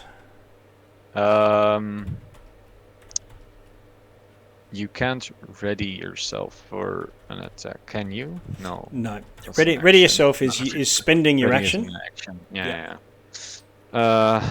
No, that's it. Yeah. Okay.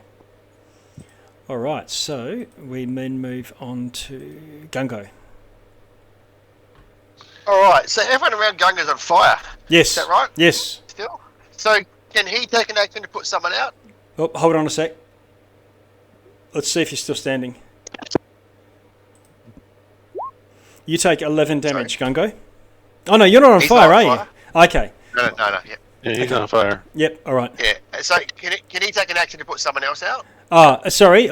At this point, Gungo, you look down at your hand and you've taken 1 damage that you haven't realised. Okay. And this is from just so that you've just forewarning. Remember, you stabbed this thing and slashed up and did your critical hit with your dagger. Yes. The act of damaging this thing with your hand is getting close enough that it takes some burning damage. All right, that was the last 10 hit point. Okay. So can he put someone else out as an action? He can. Okay, so he's going to move here. Yep. Grab Felwyn and pat. You're on fire! You're on fire! Okay. I thought it was just your hair. But you're on fire. Okay. All right. And then he will move here, and then because he's moved 20 feet, he can use a bonus action and just hit with his horns, and he'll just hit it with his horns. Okay. Actually, he's going to move. He'll move to here in front of. Yep. Loiter. Okay. And here comes. Yeah, I'll let you go with your horns. Felwyn's taking the thing off. We can look it up at the end. I think the spirit of moving 20 feet and then having an attack with your horns is basically about charging. So I think it has to be in a straight line. Oh, okay. You know, rather than sort of run around in circles and then we hit it with your horns. It's just not rational to have to move 20 feet and you go square, and spin around like throwing a discus and then throw your horns out. Try. Which one is it? It's Goring Rush. What does it say? Immediately after you take the dash action on your turn. Yeah. So move at least 20 feet. Oh, actually, right. So no, he can't. He couldn't do it because he can't dash. Okay. So yeah. Yep. Okay. So he'll just put Felwyn out and then move over to you. Okay. All right. No bonus action. Gungo, you. Yeah, because I guess if you're taking the dash action, then it's taking your action, so you probably could use that. Yeah, it's allowing you. Maybe do a wizzy dizzy with your dash and like a hammer throw. Okay. Yep. So there is a cost to it, I guess. All right, Elric. Yeah, exactly. You take your fire damage. Start of your turn. 8 damage. Hey, okay. I don't think you're resistant at this point. If you've done your business. I am not. And you're I'm still not going to waste a spell slot. Yeah. And sorry, that's not right. That's 12. Hang on. A creature that touches or hits it. In addition, when you enter and stop there, first time on the. Okay. All right. Cool. So you're from being on fire. You take your 8 damage. Got it. Yep. Go for it. What else do you want to do?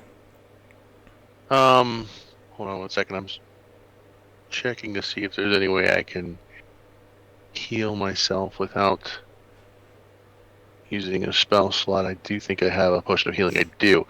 Okay. So, can I move out of the room? Yes, you can. Can I still, if I'm right here, can I still see it? Let's see. Yeah, how far away am I? yeah. You might not be able to on the screen, but yeah, that's fine. Okay. I'm going to use an action to douse my flame. Okay. And can I use a bonus action to? No, I'm not going to do that. I'm just going to go ahead and okay. I'm going to actually move right here. Okay. And I'm going to just use a bonus action to hit it again with my starry form attack. Ah, yes. Okay. All right. Shoot an arrow. So, Go for it. Yeah. Oh, lousy roll. Lousy. Never mind. 8. Oh no, miss. That's your 10. But I am able to. I am able to get the flames out, right? Yes, you do. Okay. Yeah, that's my turn. Okay. Let's see. It's going to take 2 attacks on you, Benius. Ooh. Well, it'll take 1 attack on you and see if you're still there. Let's have a look. I'm class 24. Doing 10 damage. Still standing? Still there. Yeah, 2 HP. Okay. It rears up with a second attack. I'm class 24 again. Oh no, is that right? Oh no, that's a 10. I must have accidentally... Okay, so the second one was a... Oh no, that's damage. Yeah, I'm a class 24 again. I've got it automatically to roll 2 dice 2 times, but and it can throw me. And this one does 9 damage, putting you unconscious, I expect. Yeah. And everyone will see Binius drop unconscious. His clothes are still on fire. Oh, that's not good. Extra crispy. Worse than that. Worse than that. And then this creature moves into Noida and Gungo's square, doing 7 damage to you both. Halved, so 3 or 4. Halved if you're resistant, so I'll make it 3. I think we made it round up last time. I can't remember. We'll have to. Well, again, we'll check that up, but we're talking about 1 here and there. And Gungo, it means you're a fire as well.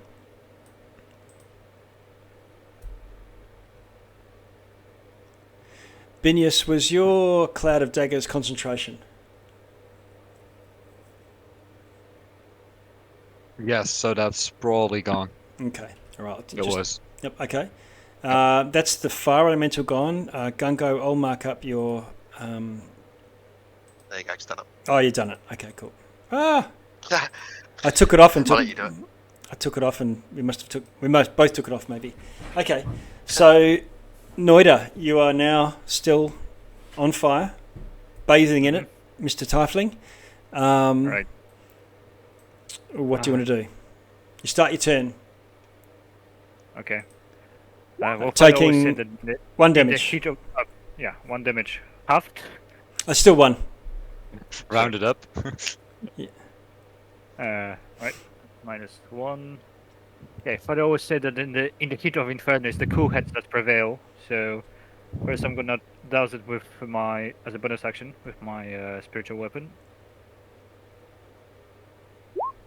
22 to hit. Oh, nice one. Hit. Listen, that's 10 force damage. Nice. Okay, it's flickering quite small now. It's still the same size, but each tendril of fire is far thinner than it was before. All right. And then, without disengaging, I'm gonna rush to our dragon board. Okay. And I'll try. I assume that triggers attack. It does. Yeah. Yeah. Hit someone class 14. Yeah, that hits. Ooh. I don't think I have shield or anything. Okay. No, I don't. That hits. Okay, and you take 8 damage. So 4. Yes. 4. See? It pays to have some fiendish blood in your ancestry. And as my action, I like to put down the flames on Binyas. Is it a soft N or a hard N? Binyas or Binyas? It's Binyas. Yeah, the way Anthony. Yeah. Yeah. So I'd like to put out the fire on him. Okay. I can so, a bit longer. So you are no longer on fire. Still unconscious. Still sort of bleeding out through the burns and things because you've been dropped from fire damage. But no longer. You're off the rotisserie. Anything else, Noida? So that was with 15 feet of my movement. If I can start drugging him, even if it's just 5 feet towards the exit. Yep. Okay. All right. Felwyn, you're still fighting fit over in the corner there. Yeah, I'm doing good. So I'm going to pop over right next to Binyas. Okay. And I'm going to cast Cure Wounds on him. Oh, Nice. Even better. Nice. 11 hit points back. okay. It's good to have friends. Okay, Binyas, you wake up conscious, on the ground, prone. Noida is kneeling over you, just hauling you, and he's patting out your fire, and Felwyn is tending to your wounds. Felwyn, when an artificer casts Cure Wounds, it's not usually like a cleric does with holy light and all that sort of stuff. I've read it's either like a little mechanical spider or some sort of salve that you've made up, or a medical atomic, little arm that comes out of your wrist, or like a Star Trek laser beam thing. What's your? It's like that scene in Fallout when the doctor heals you and he clicks the. I was gonna say. Well, actually, my let's get you healed up. Yeah. My what is it going to be? The thing that I use for my magic is my actual armor. Okay. That is my thing. So it would come from my armar. Okay. There would be like a thing in the palm of my Okay. glove. So we're going to do this like Spider-Man webbing, but it's artificer stuff. Yeah, artificer. Yes. Okay. And I kind of just run the palm of my hand with this green light that's shooting out of my. Okay. Oh, so it's light. It's not like artificer juice that you. No, it's more like a healing light that comes out. Just take off his gun and just flick some of his sweat. Okay. All right. Healing light that comes out. Healing light. Okay. Very good. Okay. So Binyas, you're being tended to and conscious. Felwyn, I think that's both your action with the cure. That's it. Binyas, it's your turn. You're prone, but you can still cast spells. Or can stand up or whatever. Yeah, no. He's standing up. Okay. And who is still on? Noida is still on. Can I use my action to put him out? Yep, you can use an action to put him out. As a means of a thank you. Yeah. Okay. You got something on you. Yeah. Let me just, well, it's just like the saying, I pat your butt, you pat mine. Yep. Literally. Lots of back patting. Yeah, no, that's fine. I think Elric had the right idea to get out of this room to get more space. So okay. You can move up to 3 squares. 3 squares. Yeah, I'll. Can I pick this? This is too far, right? I need to be this one. No, you can go to either one of those two. I'm just going to put a dynamic lighting in for you. I can still see. The room, right? Yeah, we all see everything. Yeah, I've switched it off. That's why. Yeah. And okay, so the action was that, moving that, and I'll use another bonus action for a bardic inspiration. It says, as a bonus action, a creature other than myself within 60 feet can hear you. Is that like all creatures, or do we pick a specific member? One person. Yep. Then I will be casting.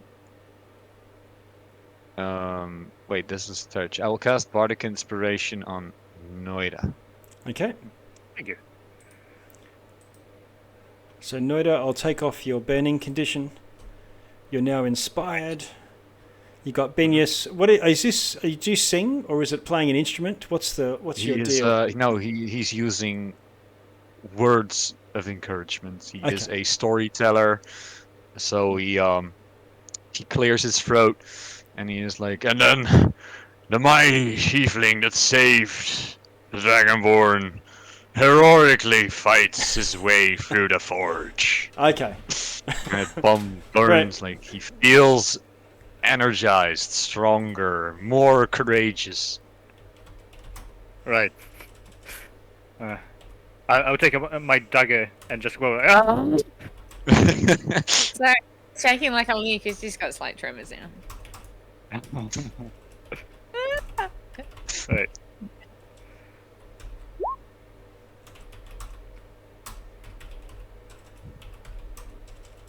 That was some rhyming. I can't help like myself. a cheerleader, like if someone can do it, Noida can.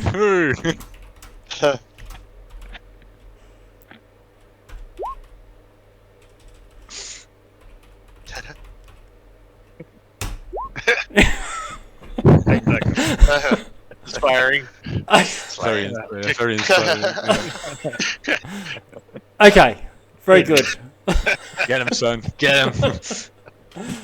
All right, so That is Benius's turn. Yeah. Master wordsmith here. I think you can imagine Noida as like a very pumped up chihuahua at this moment. Okay, so Benius, you've done a great job. Noida, you're fully sick, mate. Gungo, what do you want to do? You're standing in a fire and on fire. You take D10. I'll just do that first before we. Yeah, give me that. I smell roast beef. 8 damage. I smell roast beef. Smells delicious. Yeah, All right. So, okay. 8 damage. There we go. All right. So I think he's going to rage.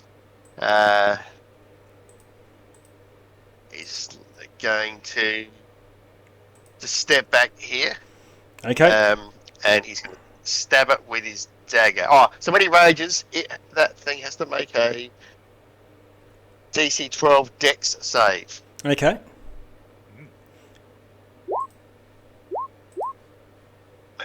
And it will take 4 or 2 lightning damage. Oh, nice. Okay. Oh, that's right. Okay. It hits it. It gets a 20, but still takes a bit of sparkles to go with. Yep. And then Jeff Goldblum. he'll just give it. He'll just give it a hit with his dagger. Okay. Well, just. Is it going to be another 29? Okay, 16 is. 16. It's enough to hit it. He won't get sneak or anything on this one. No so this would sneak. be 12 damage. All right. Still a big hit.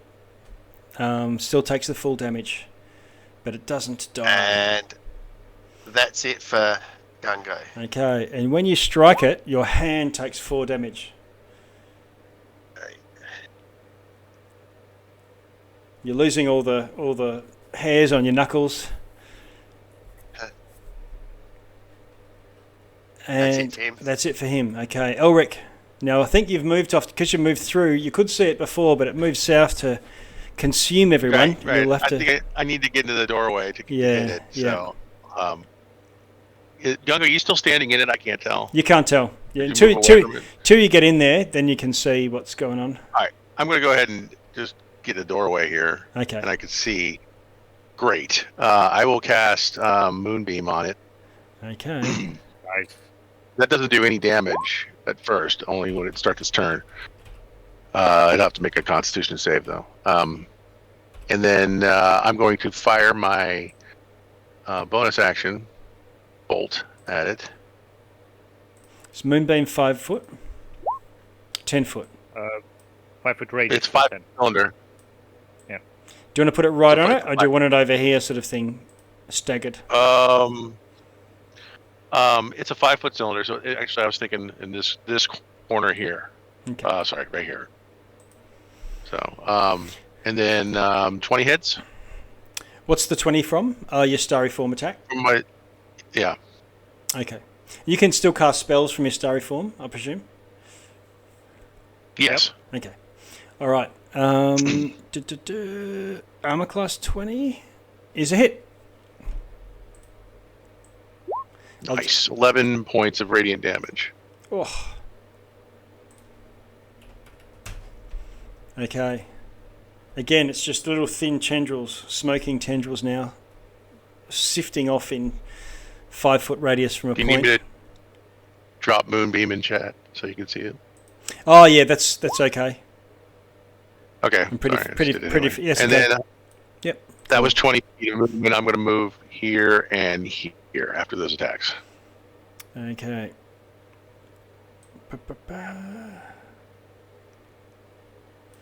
Okay, so there's this radiant light from above, shines like it did before you moved into the room and activated the creature.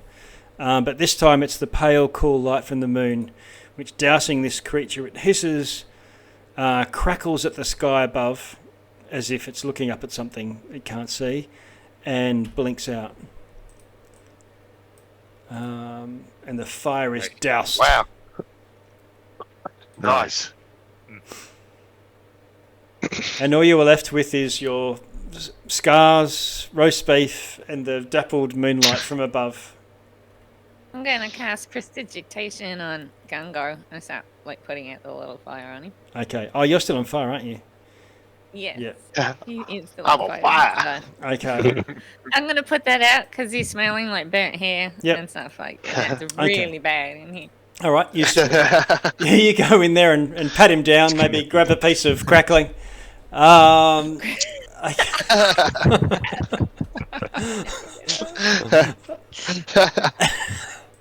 and bad smells. That's going to be your thing.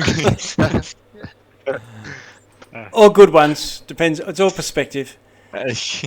And you are faced with 6 anvils and an unlocked chest. Right. Well, let's look in the chest now. All that happened. What's in there? It's empty because I'm a bastard DM. No, it's not.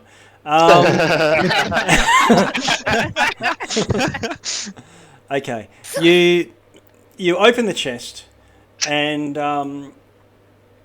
let's see. It you see the light spell that whoever I think Elric is using, maybe Gungo, glitters off this pure silvery fine chain material.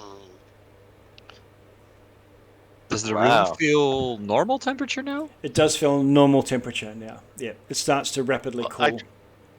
I'll drop my Moonbeam too. Okay. Yeah, don't want to accidentally stumble in there. Yeah, I want to drink my potion of healing. Okay. Can't go lift it out the chain. If you have 10 minutes, I could heal us up. Okay, I'll do that instead. Do that instead. All right. So you say take a little short rest here or something. All right. Well, do your. We'll see if we can get through the 1 hour the 1 hour anyway. Yeah. But do the prayer of healing because that's just a 10-minute thing. So everyone gets how much back? 2d8 plus 4. So there we go. 17 to everyone. Oh, crikey. Okay. Oh my god. Wow. Okay. Big. Sorcerer, gather round, acolytes. All praise. Let's all join in prayer to the prophet. Yeah. Well, is that each or is that split up? No, that's each. Yeah, everyone. Wow. Yeah. And 10 minutes. Yep. To cast though. And you're immune to that fire from the blessings of Belial the Corruptor.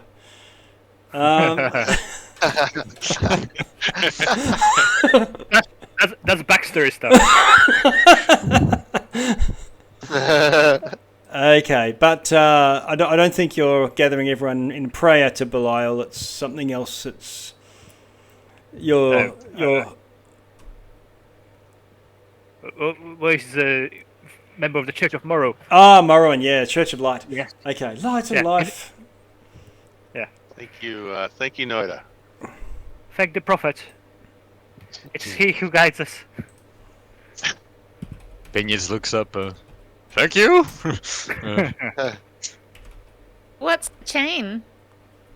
Take it out. Have a look. Yeah, you pull it out, and it looks like a chainmail shirt. Ooh.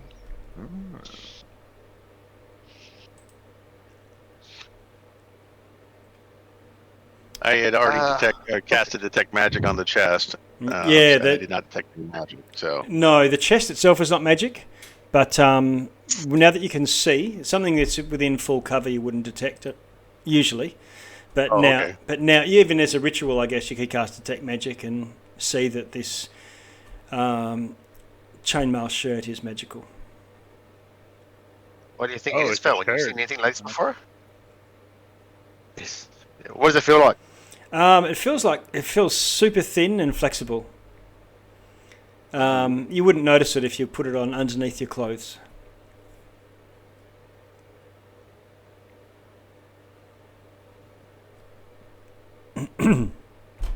Oh, good. Well, I don't want it. Is this your sort of thing? We don't wear metal. So. Can anybody else wear chainmail? It's wrapped in. It's used to wrap a longsword.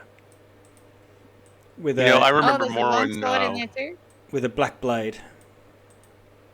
Ooh. Black blade. Yep. Morwen was looking for another piece of armor. I'm not sure if she can wear chainmail though. Or was that you? I can't remember. I think I was looking for more armor too. Yeah. Okay, so this, looking at it, well, you've seen, you might not have seen this type of stuff, but it's very light, it's very flexible. It is metal armor, so I guess druids won't be keen. I won't.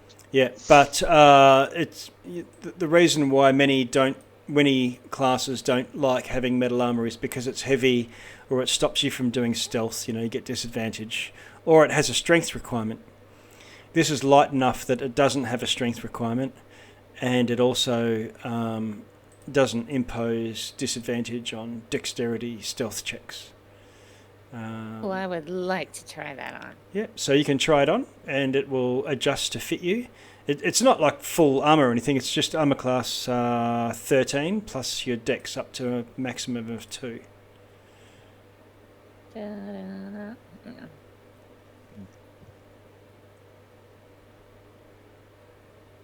So what's it called? Mithril armor. And that can come in any form. This one is a chain shirt. I'll put it in the chat so you can look it up, because it's just straight PHB stuff. So it's not magical, it's just mithril? It's treated as magical. So the rust monsters won't destroy it. Mithril chainmail. There we go. Well, chainmail would You are full of surprises, Mr. Baggins. Yeah, exactly. Yeah. It's not chainmail. That would make you armor class 16, but have a strength and disadvantage and be heavy. Okay, so what am I looking at? Chain shirt. Chain shirt. Okay. Chain. It's sort of stuff like rogues, rangers, monks, barbarians. It's not classed as heavy armor. It's medium, right? It's medium. Bards, I guess. I think you're proficient. Clerics are proficient in medium. Oh, dang, yeah. So. And it gives you the same armor class, I think, as studded leather, or maybe one better. I think studded leather is 12. I'm actually Plus, thinking this would probably plus be dex, better. right? Yeah. Yep. Dex I'm going is... to pass it Yeah. off to, like, Noida or something. I don't have proficiency in any armor, so... No. Yeah. Okay. Anybody else? Go. I thought clerics had... I'm not a cleric. Oh, you're No, right. yeah. No. Maybe Felwyn, like you said before. Sorry, Morwen. More? She might Okay. be interested. Yeah, If not, okay. let's sell it. Yeah. And Binius. What about Binius? Oh, sorry, yeah. Been Leather and lights. That's not this, right? It sounds like light armor. Leather's medium armor. Leather is medium armor, right? So. Yeah, this is medium armor. This is medium. What do you have now? What do you have now, Binyas? A leather suit, but it's a bit soiled, so no one else is taking. Okay, I'm gonna pass this mithril chain shirt off to Binyas. Yep. And he examines it and he like mirrors it to his black scales, see if it's the same shade. Because College of Glamour. He's like, yeah, I can pull it on. Huh? I'm carrying some studded leather that I was going to give to Morrowind, and they were going to resize it in town, but it might fit you. That's light armor. No, but he can wear this. He can wear medium. Yeah, you wear this. Yeah. So. I thought he said light and light only. So, okay. You said no, that leather's medium, so he can wear it. It's 13 plus dex, right? So I'm pretty sure that's the same as his scales, just natural armor. So he just needs to manage his inventory now and add the mithril chain shirt. I don't think. Look, I'm just looking at Bard. Bards get proficiency in light armor, not medium. Oh, not medium. Yeah, he wears light leather, so okay, I don't think he can wear this. So again, it wouldn't do anything for you because you have scales that are basically the same, 13 plus dex. Yeah. Do you want to try the studded leather? I'll give it to you. This will do for now. Let's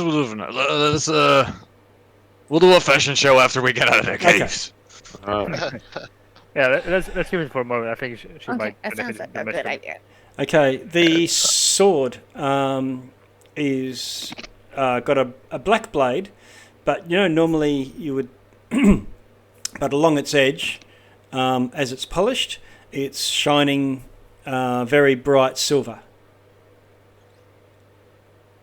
Ooh. Gungo, I think you should try this. Can you use this one? It's not really my thing. Well, I can use it, but it's not really my thing. I mean, Anybody else? I can carry it and use it. Longsword. I'll take it. I mean, if no one else is going to use it, I'll just put it on my back. But if someone thinks they can use it, by all means. Can Morwen use a longsword? Yeah. We're just finding all stuff for Morwen. She's going to love it. You know what we should do? We should hide all this stuff and let Morwen find it next session. Yeah, so let's pretend we didn't go here at all. Just put it back in the chest. What are these bodies? Oh, I don't know. What if we don't come back this way? No. We'll just find it. We'll just put it in front of her somewhere in the next session. We just distract her. And here you go. Yeah. Okay, we can do that. Wherever we are, we'll just hide this so she can find it. Right. Yeah. No, we'll take it. So, did we identify the longsword, or is that? Yeah. So the longsword has got magical writing along it, and it radiates magic as well. It's it looks like it's manufactured of an amalgamation of, but in sections, not blended. What do you call it? Alloyed. It's clear there's sections of bright silver mithril and sections of this black adamantine. So, ooh, that's nice. That's pretty nice, yeah. The written name in Elvish script is Equinox. Just give it a give it a bit of a swing around, see what it's like. Okay, so the being made of adamantine really just means it always crits versus things, non-creatures, structures, which is not that great. You can chop doors down with it without breaking. It's +1, and I've just put that into the chat there. Ooh, +1 adamantine, yeah. Longsword. Equinox, the name of a sword in particular. Can I do like a history check? That doesn't ring familiar. Maybe I read it in one of the fantasy novels. Yep. Where you go? Roll your history. Yeah. 17. Okay. You would know that in the dwarven turning of the seasons from summer to winter, the autumn and spring equinoxes, they see those as symbolised with mithril and adamantine.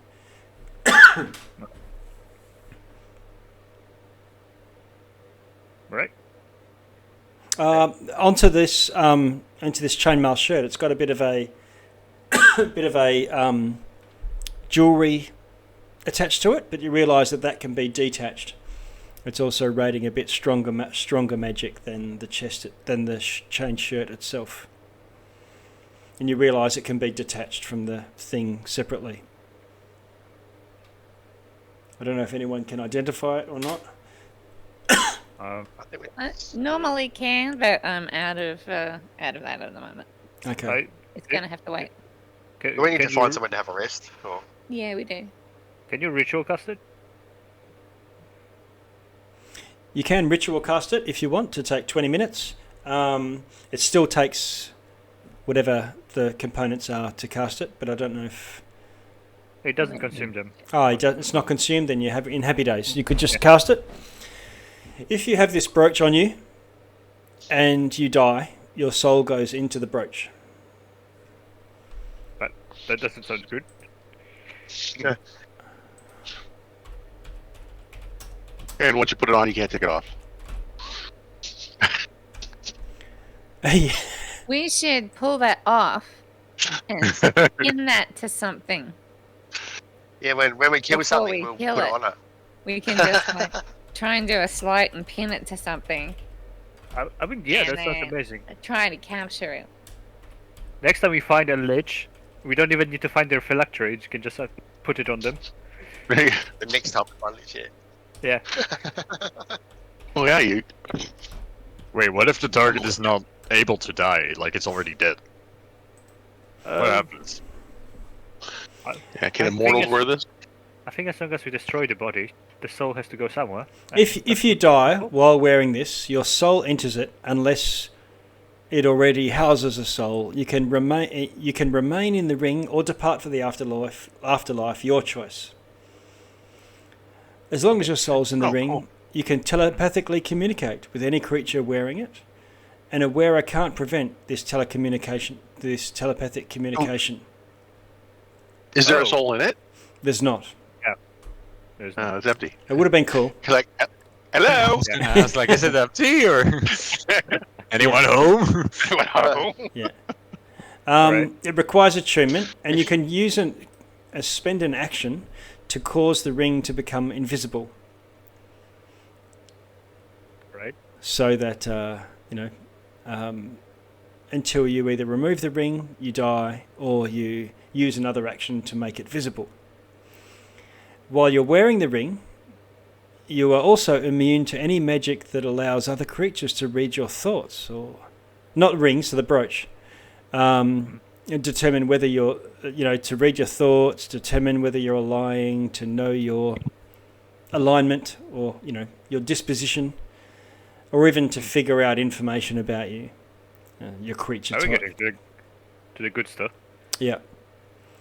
And if something tries to communicate with you telepathically, you can tell that someone's dialing, but you can allow them or not.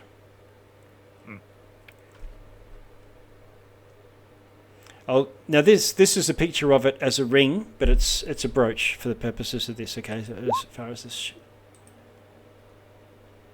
Yeah.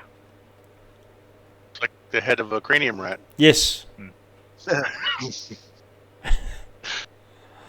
But a little bit of nice snappy jewelry you can pin to your. We have a theme going on here. By the description, it sounds like it might be useful against those horrid creatures. Mm. No tentacle ones.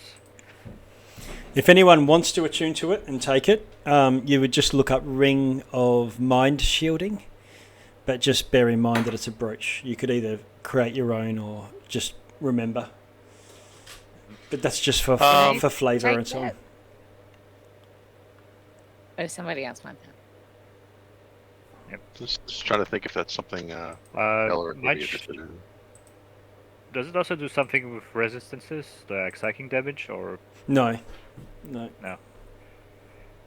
All right. Well, at least we can send someone to scout the ravaged, and then the creatures won't know they are there. Perhaps. It also has this invisibility thing in the description. Is that on the brooch too? Yeah. That's what I was saying. You can make it invisible so that it's more about protection from being pickpocketed or pilfered. If you die, your soul goes into it, and people don't realise that there's this soul somewhere else because it's in an invisible ring.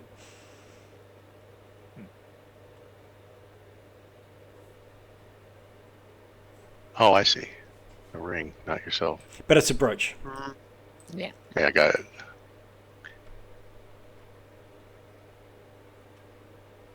Huh. So, what do we get then? We got a chain shirt that's mithril. Mm-hmm. We got a +1 sword, a long sword, and this ring. Okay. Mm-hmm. I'll take the brooch if anybody else doesn't want it. I'll take that nice sword. Like, if anyone else is not taking. Yeah, if you're going to use it, take it. Better than the pricker that I'm currently wielding. Oh. Yeah, might as well. For Morwen or any halflings we come across who are on a quest.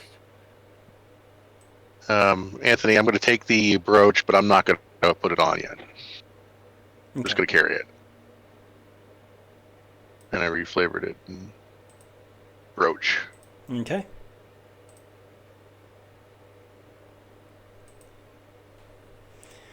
In the party treasure,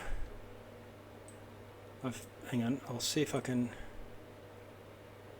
I'm just in there now. We can figure it out later on. But what I'll do, I'm just going to put a table in there with 7 rows, I guess.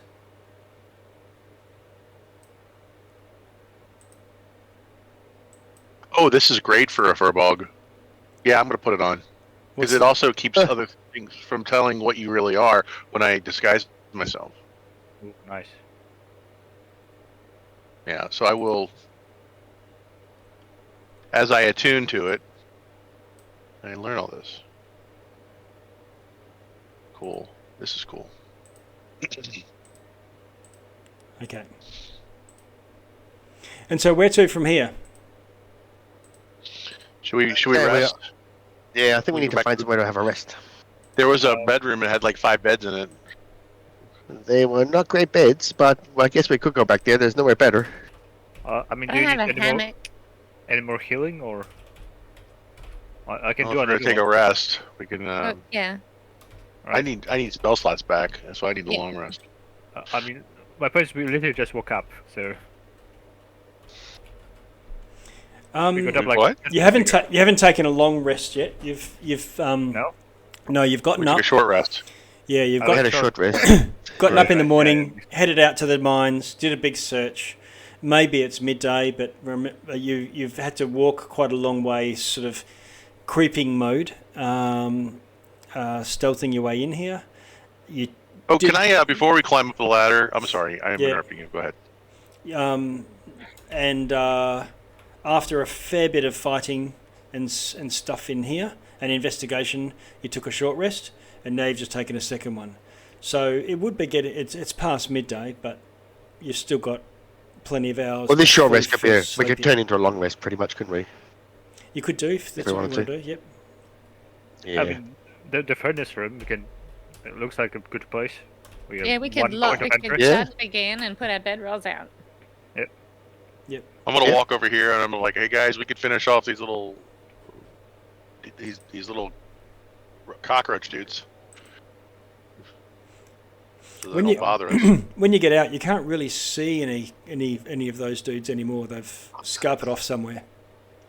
Okay, yeah, I wanted to look around this pillar and see if there's anything over here.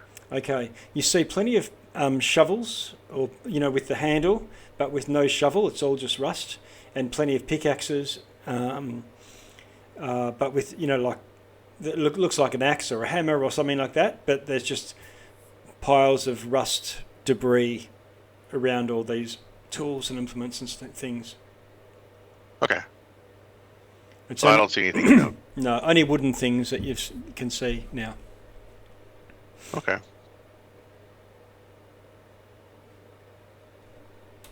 So back to the foundry, or however you want to call this room. We're up. Yeah. So I think the only thing left here to explore is that room behind the corridor, this wide staircase. Right up here. Yeah. Oh. Which is the one we think goes down into the mines, right? Yeah. Are you guys going to stand down here, or go back to where the beds were? Yeah. Yeah. By the way, what are we looking for in here? I kind of forgot. We're going down to the mines because Morwen had a dream about some. Selwyn had a dream. Yeah. About Mantlife being dragged, but I don't know what we're gonna do about it. Well, we wanted to go down and find out. Well, also that burn kid turned into one of those things, so that was a bit gross. We want to find out why that happened. And we're sent here by the guy to take care of this stuff. I mean, we got to take care of it. All right. Oh yeah, if that room's the next way down, that door's the next way down, then maybe having a long rest before we start heading down there's a good idea anyway. Yeah. Yep. Mm-hmm. Yeah. Okay. Well, it's nice and warm here. I'd rather not sleep on an anvil, but we got bedrolls. We can go back and join Morwen in the other room. Looks much more hospitable. Okay, let's go. Those beds were filthy, covered in all kind of bodily fluids. I much prefer hard rock. I'm gonna cast prestidigitation on the beds and clean them up. Works too, I guess. All right, so up there. So again, the one with all the beds, like this one. Yeah. Yeah. Whereabouts? Oh yeah. Over here. I'm still kind of fresh with my spell slots and whatnot, so I can take the first watch.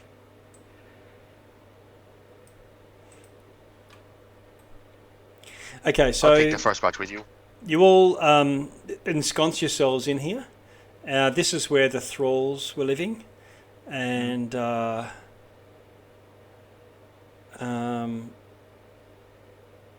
you managed to finish a long rest. Nice.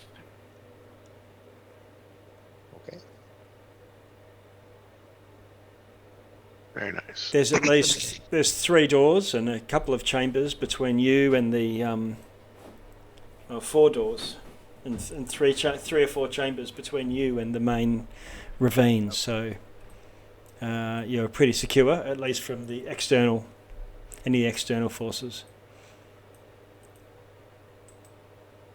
You haven't done a huge spend a half an hour or so completely doing thorough searches of all the rooms, but some of them you've gone in, had a look around, scavenged what you could, but haven't done full investigations, if you know what I mean.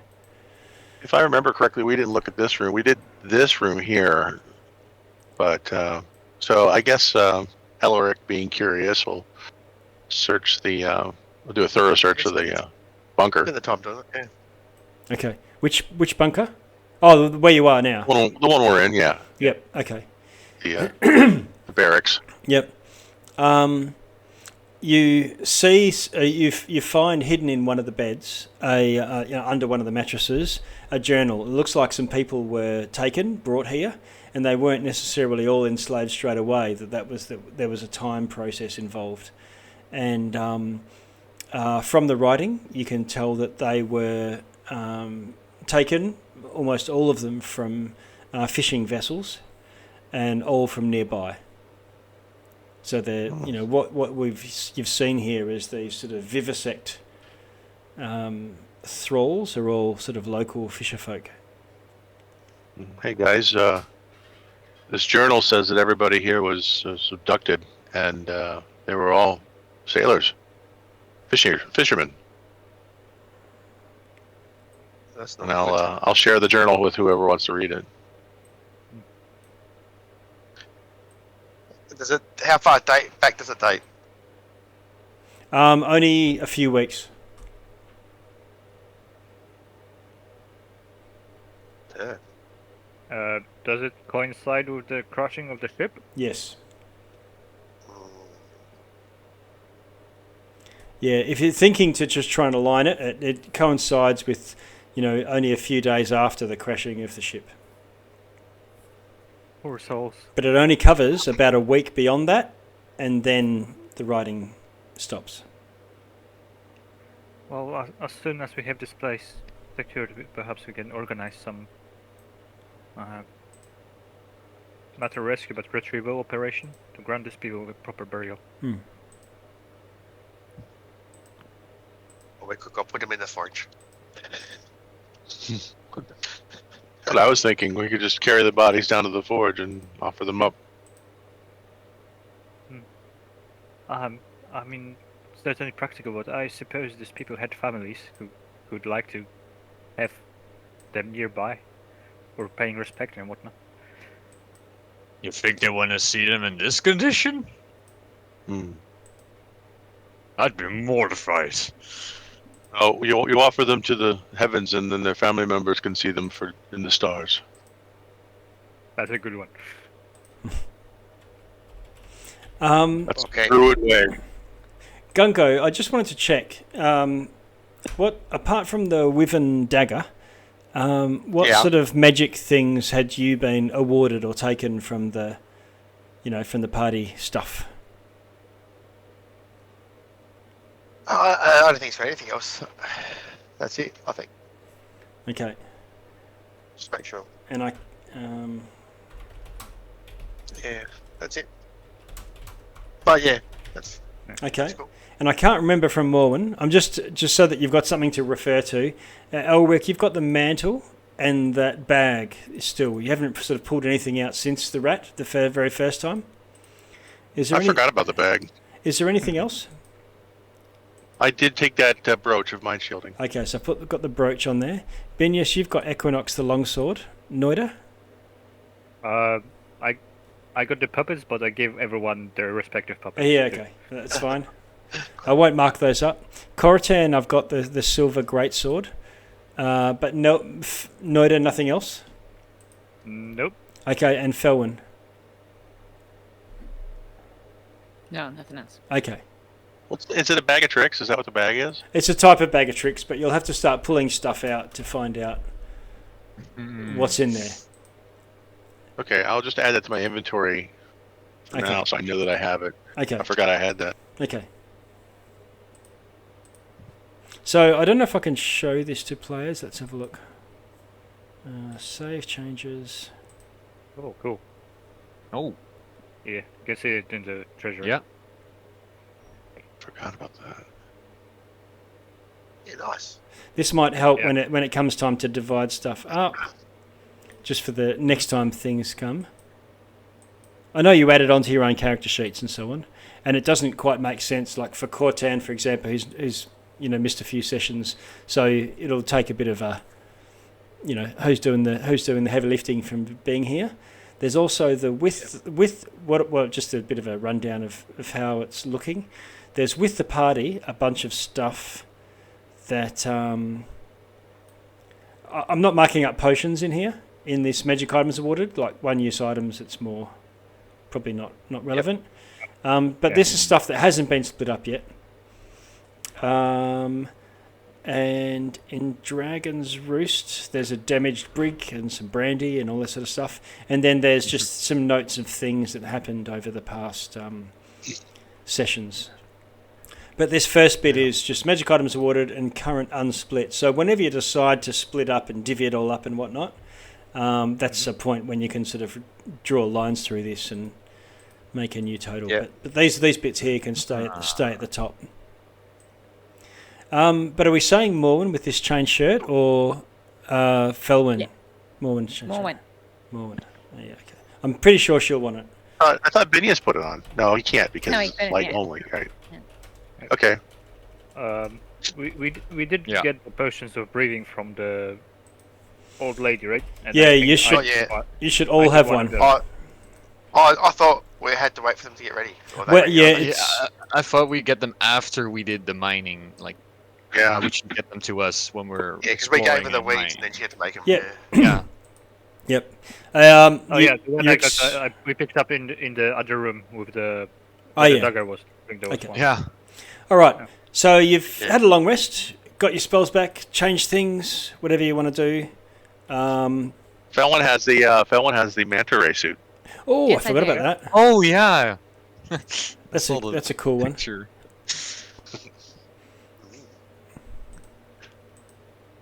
So Noida, you haven't got anything yet, huh?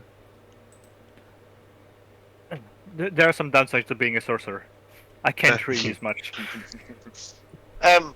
Jago's also got his nose ring, which is his most prized possession. Yeah. Yeah. I think that's one of Feldun's manufactured trinkets, I think. Yes. Yes. Manta cloak. Cool. Save. Happy days. All right. So, are you searching more here or investigating other locations? What to from here? So, was there anywhere else to search around here, or Only deeper searches, or protracted ones like the standard half-hour type deal in each of the rooms. I mean, maybe can we kind of? Oh, sorry, go on. Yep. You spent the sort of one round do a investigation check. Looking at looking in drawers, grabbing stuff off desks, that sort of stuff, but not. Yeah, I mean, What are these because brown crates? it's all in the same area. Can we like as we're long resting, whoever's guarding just like search, because there's only kind of one way to get in here, right? So it's not going to be too hard to guard. Yeah. So can we kind of do that? So we kind of like, or do it as we have our knock it long all rest? off. Yeah. Okay. So you mean each of the rooms, or just the one? Yeah. Just in this area up to this exit out of the. Okay. These four rooms. Yeah. Okay. Yes, you can. I'll let you do. Whoever's got the main investigation skill, they can have a roll with advantage. That would be me, Okay. I guess. Yep. So if you do a roll with advantage, you never know what point it might actually be needed.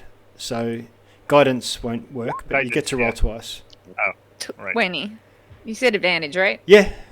Yeah, so 20. Okay, cool. Right. All right, so you do find some hidden stuff in the desk of where the vivisection things happen. Right. And it's written in this really strange language. Over here? No, in where the desk is in this section. Yeah. Oh, this one. Yeah. Yeah, I thought we had. Felon's in here searching. Okay. This is where we found that secret room behind the desk Yeah. already. Yeah. Yeah. And in the writing is in that strange same language that was on those locks of the skycraft. The alien language. Yes. In several layers. Yes. Stuff, yeah. Binius, Can you read you this wouldn't. with your magic? Binius, you That's would. what I say Yeah, that. maybe. Binius, can you read that? Okay, so Binius gets called over. Okay. Finds his way to the magical, and he casts his comprehend languages on the strange alien one this time. Okay. Cast it as a ritual. Because we have time. Yeah. Wait, Yeah. can he? So if a spell has like a little R next to it, then you can cast it without using spell slot if you have more time. There is a I can I do that? Yeah, you Okay. can. Yeah. No, Yeah, that way you can save the spell slot. Yeah, no. Only takes he'll like cast 10 it as minutes, a I think. ritual. Because we had half an hour, right? So. You got 8 hours. We have whole night. Yeah. Okay, well then he does the ritual one and he casts his comprehend languages on the alien. Okay. language. So you cast your spell, and they start to touch the paper, and start to cast the spell. Can you roll an intelligence saving throw? Just knowing this language is enough. This is a Far Realm speech, and it's weaker minds can snap just by reading this stuff. Uh-oh. Oh. Here comes a Lovecraftian stuff. Oh no! Eyes I keep roll forgetting back. Lovecraftian. This is great. Okay. Binius. Eesh. He's going to drag me to the Cone of Silence. Okay. Binius, I'm going to drag you to the Cone of Silence. Actually, for everyone else, Binius's eyes go wide, and he faints and just passes out. And then you go to tend to him, medicine check, About 7 seconds later, he just wakes up and starts screaming.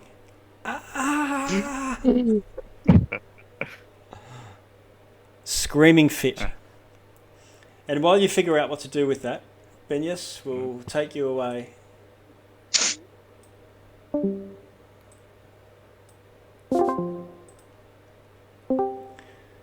Okay, Benius, are you with me?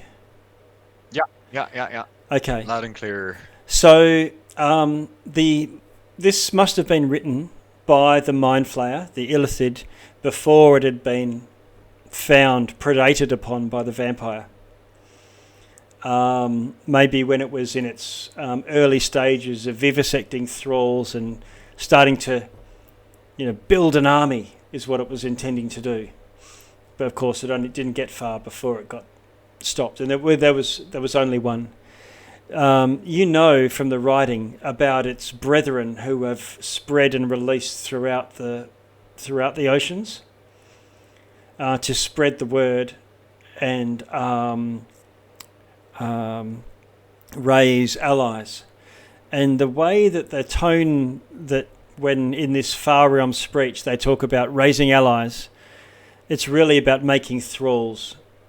The allies they're not those zombies that we found. Yeah, and it might be not just zombified, but just people with much more subtle mind domination. But that's when they say allies, they mean people who are bent to their will. There's no ally concept. But it also talks about the Kraken. And the Kraken Society is an underworld group that is known, operating, worshipped and adherents amongst the pirates, and sort of privately maybe had prayers said to it.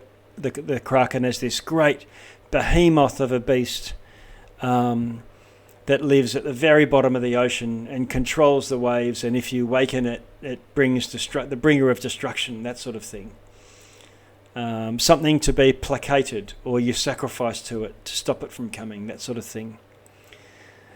But you realise upon reading this, and this is what's blown your mind, is that the leader of these alien beings, which they refer to as the brain, has they and they say we or they, Borg type stuff. Their goal is to kill the Kraken,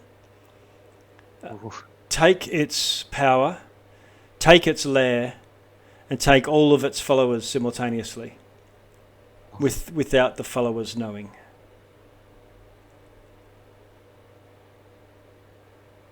Effectively replacing like a deity level behemoth thing. Being. Yeah.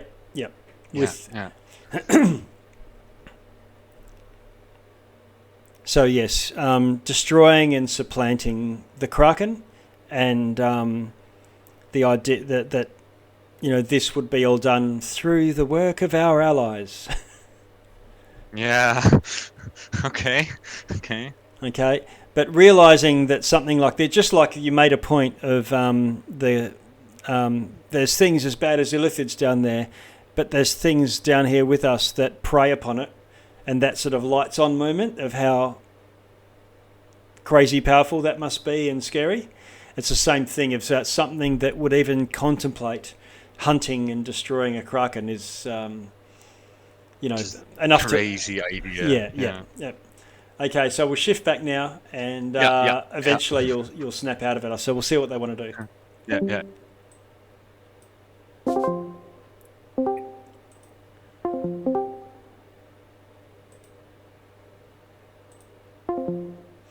Okay, we are back.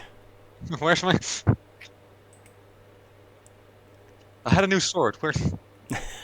Okay, so back to you all. Benyos is freaking out. Anybody want to do anything beyond the... He's freaking out, look.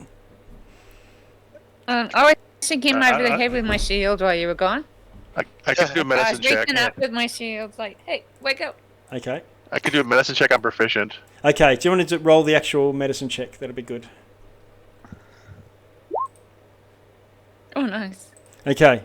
You get your mad scientist investigations. His mind, it did snap. And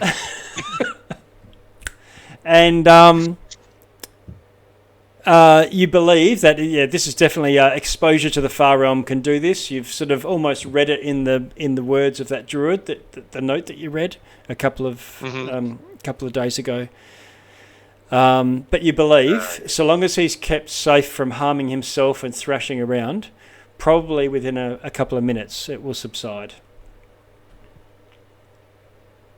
Okay, well, I'll share that with the party and say maybe we should bind him. Yep. Well, even with that So medicine check, that can be not just the investigation itself, but you've tended to him and managed to put him in the coma position, get him in the lock hold so that he doesn't bite his tongue off and, or thrash out or whatnot. And after about 3 minutes, Binyas, you just sort of like, and to the rest of you, he's just seems to calm, but he's looking at you.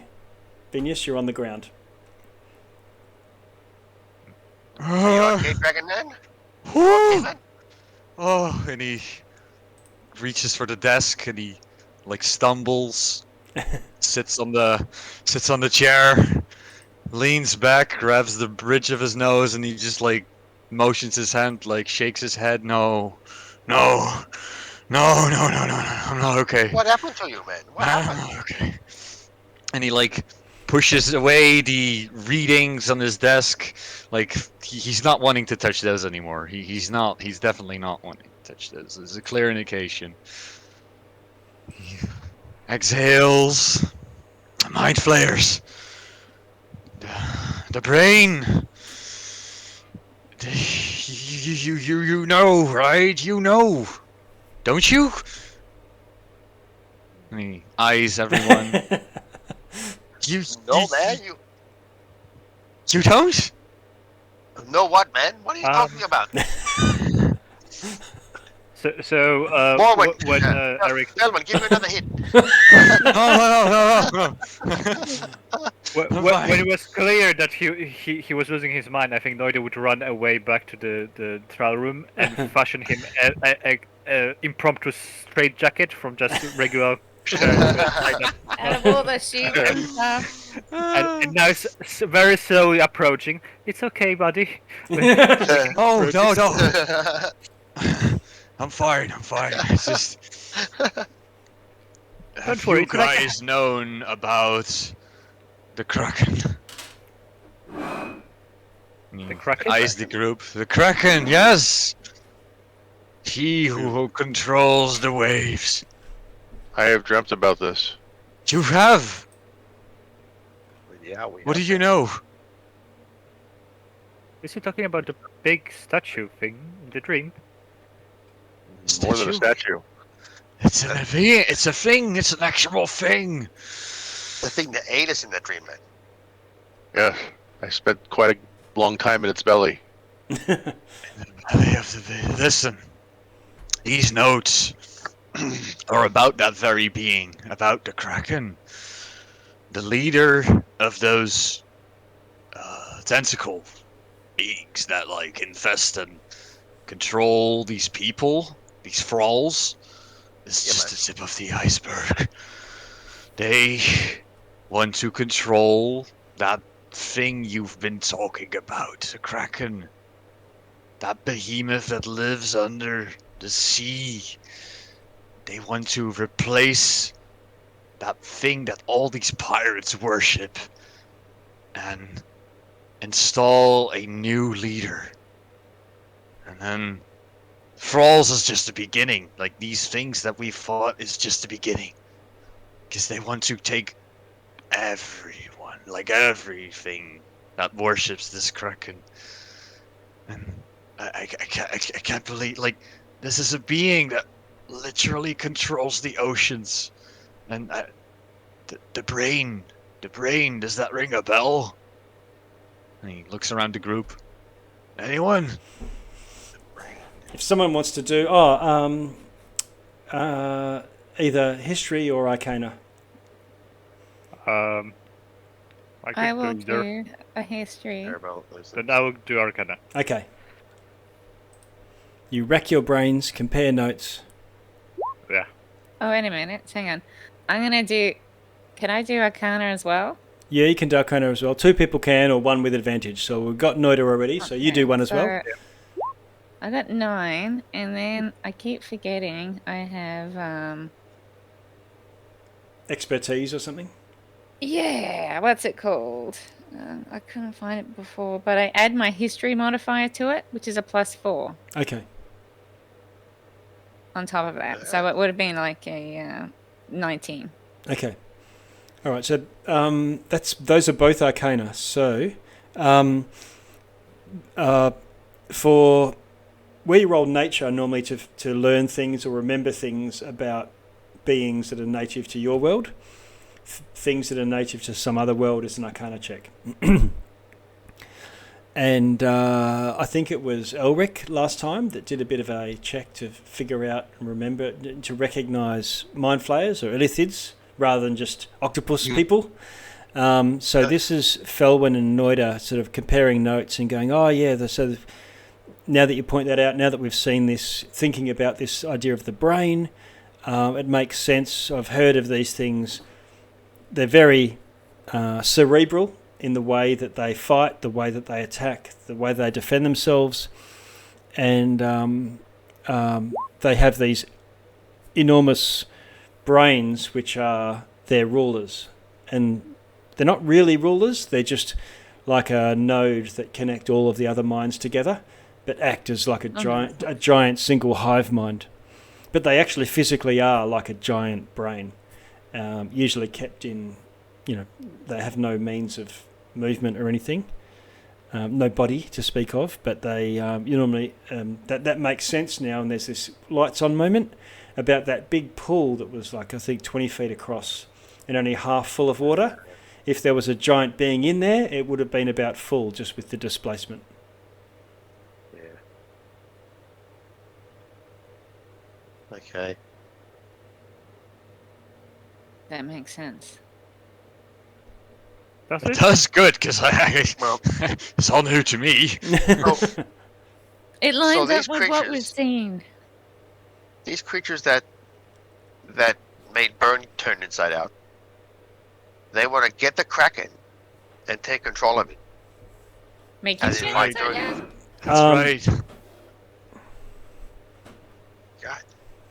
It's not control. I think it was Replace. Yeah, it was kill. He's after replacing it. Getting to its brain and like coming out and being like taking it out. I don't know if that means getting into its head and possessing it, or just simply killing it and sitting in its throne, so to speak. So I don't know. But it sounds horrible. Like, this being is... That thing wasn't too good itself, but I'm not sure them replacing it's much better. I don't know about any of this, but the Prophet loves all creatures of the plane. Oh, you just jumped up. No. I mean, I was about to say that these creatures are clearly not from this plane, so whatever they're after, we must thwart them. That's more like it. Well, let's just keep going forward and seeing how we go. Yeah. Right. At least we know their entire plan now. Are you okay, Dragon? Yeah, no, I'm fine. I'm just little heads up next time if I start touching those texts again and trying to read them. It's like, Well, I mean, we do need the information. Yeah, So. maybe we do.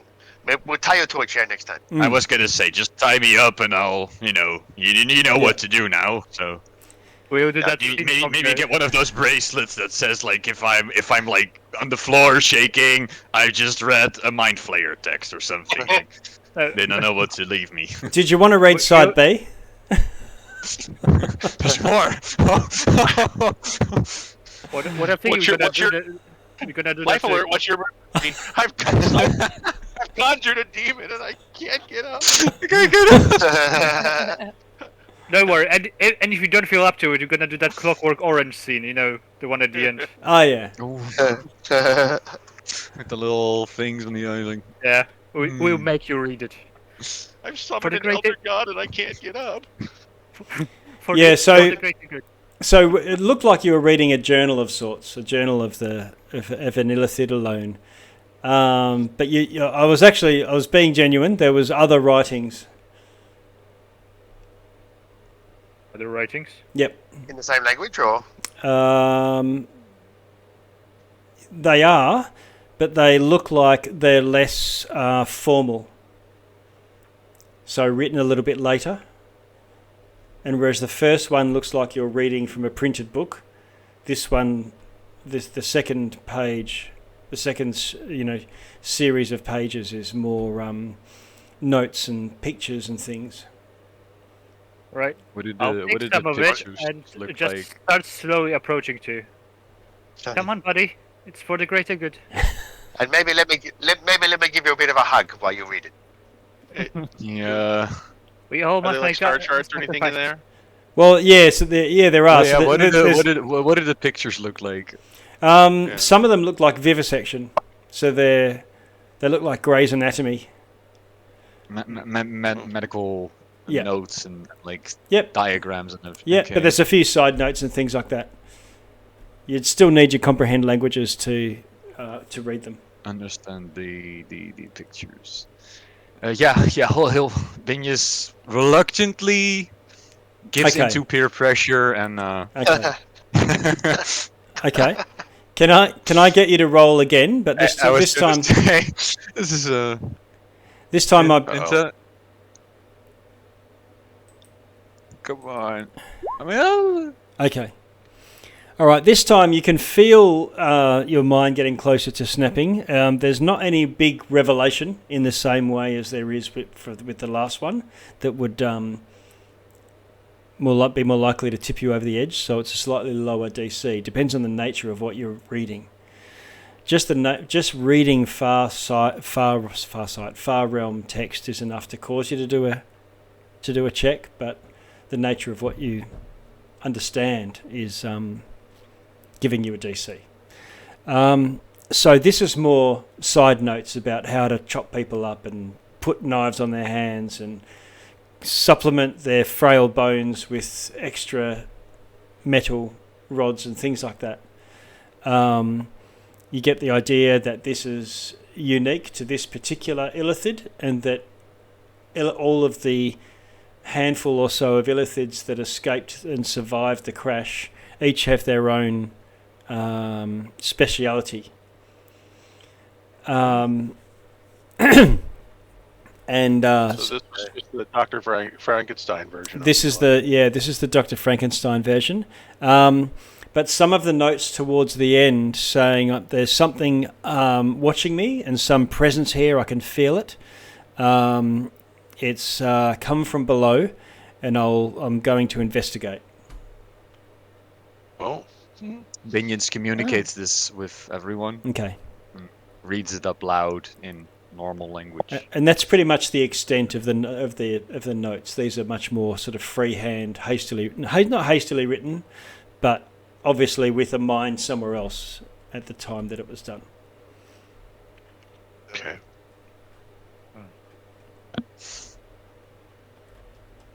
Can I make any sense of the learn anything from those vivisection photos just with my medicine check? Yeah, it looks like that this is turning thralls into, which might be just a simple fisherfolk commoner, into a Wolverine, basically. You know, the nature of these claws and how they would work. You can tell that it's not just claws like a cat. They would have quite immense power behind them. And it's quite ingenious the way that the hydraulics and mechanics of it works. Huh. You know, just one slash from these claws would be like a great sword from you know, a knightly warrior. I think from these pictures I might be able to create this. Gungo, you up for this? Oh, You have this blog. I might be able to. if you can make these horns a bit stronger, that'd be awesome. There we go. No, perhaps. Adamantium horns. That's what you need. That'd be awesome. Yeah, little caps, adamantium caps. Auto for your crit on horns that go Goring the Rush. top. Yeah. It's sharpened to a point. Oh yeah. Well, shall we venture into the Underdark? Let's go. Let's do Our it. adventure awaits. Just in time for them. Okay. In Discord. Anyone No, taking the journal? You know what? You can take it if you... Anyone? Yeah, no, he takes it with him. Right. He pockets the little journal and he scurries out. Okay. I just assumed you would. Yep. But maybe I should carry it so that you don't have the urge to look at it. After that, I have no urges to look at this anymore. I have just, the you know, Druid's journal I could put along with it. If we you know come across someone and need to show some proof, might be handy. Yeah. Because somebody you know, else if you who start can't talking language. about, you know, there's a kraken and there's tentacle people mutilating a fisherman, you might want to bring some proof when you tell the story. Or if we You could also just plop it in front of somebody who also has comprehend languages and say, "Hey, check this out." Read this. Just destroy their mind. Exactly. Yeah, Nice little weapon. let's weaponize Sabotage. old items. Anthony, if he starts reciting it in the language, I mean, will that break anybody's mind? We just all plug our ears. No, well, he doesn't speak it, unfortunately, but... It doesn't speak. No, Okay. it doesn't. Oh, well. Yeah. Oh well. I'm gonna pop up to this area and investigate to see if the area's Reminds me of trapped that or Monty locked. Python sketch with about the best joke in the world, where they Oh, had yeah. to lead it. Oh my god. To kill. So what are you, Morwen, what are you trying to do? Just like an investigation, or? Yeah, I'm just gonna do investigation to see if like the door's trapped or locked. Okay. We did that already. Did She- we, or did we just look at the runes? No, you No, we just checked the writing before. writing. Yeah. Was a warning. Yeah. Holy crap! Yeah. Who opened that? Whoa. Wait. What do you think? Holy crap! Can you see that? Yeah. Yeah. Oh, we saw something. Yeah. Yes. Spoiler miss it. alert. There you go. This is just a. I remembered this model. I've got this model, but I haven't finished painting it yet. But that could be the future Gungo. There you go. It's Oh, easy yeah. to go. Get the crap out of it Oh right my now. god! I was Look like, at that. Yeah. Mecha Gungo. Mecha Gungo. There you go. That's awesome. That's sick. That's crazy. Adamantium Gungo. Okay, so, Okay. yeah, Gango, if you ever go down in combat, then we can rebuild you. We have the technology. Yeah. Just put the ring on me, suck my soul into the ring, and then put my ring in that robot, and Exactly. Amazing. There we go. Robo-Gango. Now back to your investigation. 25. 25. Shows that there is there once was arcane warding on this, and it's since been broken. The warding is stopping things from the other side coming through to you. Okay, so I can, and it's not locked, so I can just go boop boop, open. Hey guys, it's open. I'm gonna like push the door open. Okay. okay, Gango will go up there. There we go. It's a little stiff. You might have to help me push. I can pick it. Okay. It's not opening. Ka-ching! The door's open. There we go. 2 doors, swinging wide, and you come through into quite a large chamber. and it looks like there's been a rockfall of some sort. Clearly, this had been worked. Half of the room is quite square and planes of rock and angles on it, but the other end is just strewn rubble. There is a passage to the north, and it from here it's a rough-hewn cave going up to a crack as a peak, rather than with a solid roof. Have a look around for some Valoric's tracks. I'm going to investigate the rubble, see if there's anything that may have been caught in it, or it's... I'll see remind you last time what happened when you did that. Yes, I know. I'll be like, here, little guy, come on. I want to see another one of those Okay. rubble monsters. Yep. All right. You investigate that. I'll get you a perception for me. I know All right. passively it's 15, but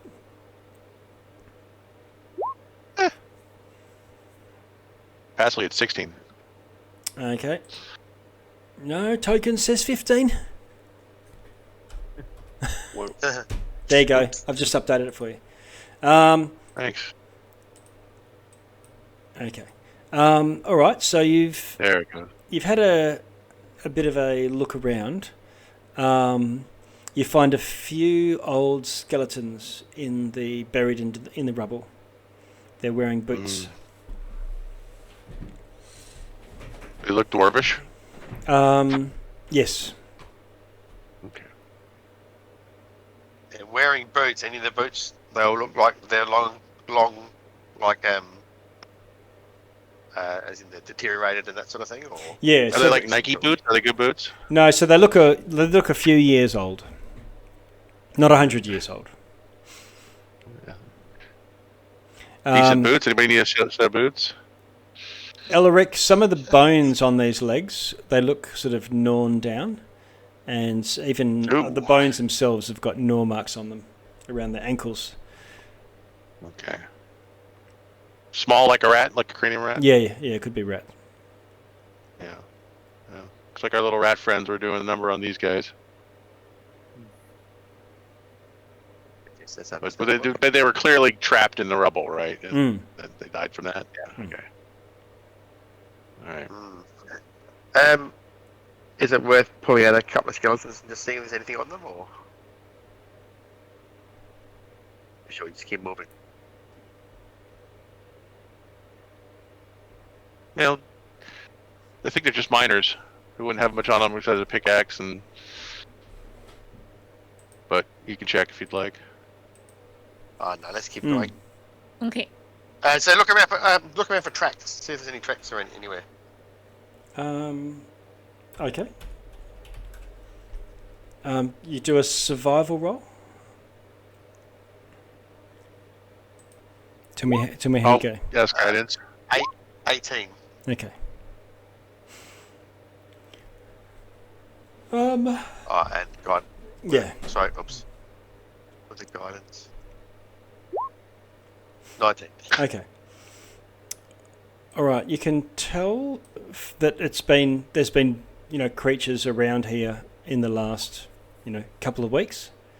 You don't see footprints as such, but there's definitely human sort of sized, human shaped feet in a general shape. But whether they were barefoot or boots or three-toed or whatnot, you wouldn't know. Some bipedal thing. Yeah, that's right. And not an ogre or a giant or whatever, just not a kobold either. Something humanoid. Yeah. And you can see old blood smears or streaks leading down the passage to the north.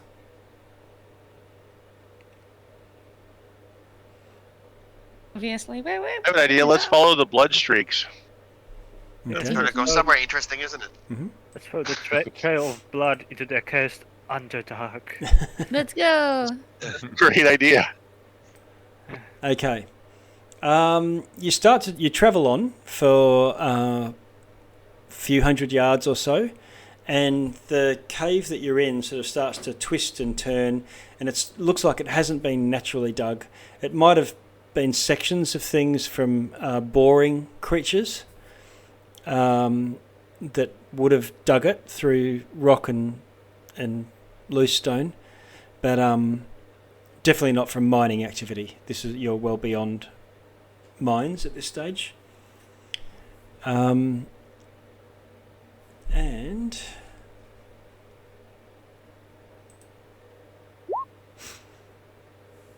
okay. And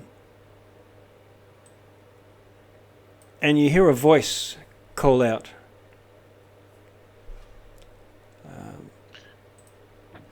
And it sounds like, someone hailing you. A voice hailing us. Ashikabasawa. Uh-oh. You can't tell where it's coming from. And none of us recognise the language. Not a language I don't speak. Let me see. I can tell. I've got Celestial, Common, Draconic, and Infernal, if it helps. Okay. I've got Common and Minotaur and Thieves' Cant, Okay. What about you, Benius? Common and Draconic. Okay. So, Elvish giant for me. Benius and Noida. What are you doing? Piss off out of our realm. It's in Draconic. Yeah. Can you see anything? I got dark vision. No. No. It sort of echoes around the tunnel. In Draconic, apologies for the intrusion. We seem to have been turned around. Is this the way to the Underdark? Okay. It's the voice calls back. This is the way to certain death.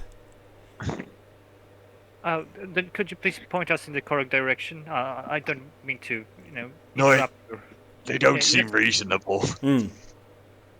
You can never know unless you try. Yeah. Can you roll a persuasion for me, Noida? Right. Yeah. Yes. All right. Naturally. Wow. Right this way. Okay. Nice. All right. You never know until you try, right? All right. Yeah. So he says, "We don't want no trouble." Likewise. Yeah, no. Just passing through. You can go. If you want to go as deep as you can, go left at the next fork, but don't come near our warrens. You can tell it's a very high pitched voice. You could probably tell that it's kobold. We'll do our best to stay away. Please tell your brethren that a group of friendly travelers passing through. We don't mean you no harm, and we definitely would not want to spill your blood. Okay. We'll be on our merry way. Okay.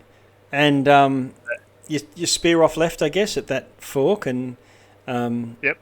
Give them a wave. Yeah. Give them a friendly wave as well. I will let everyone know the conditions of our safe passage. okay. And yeah.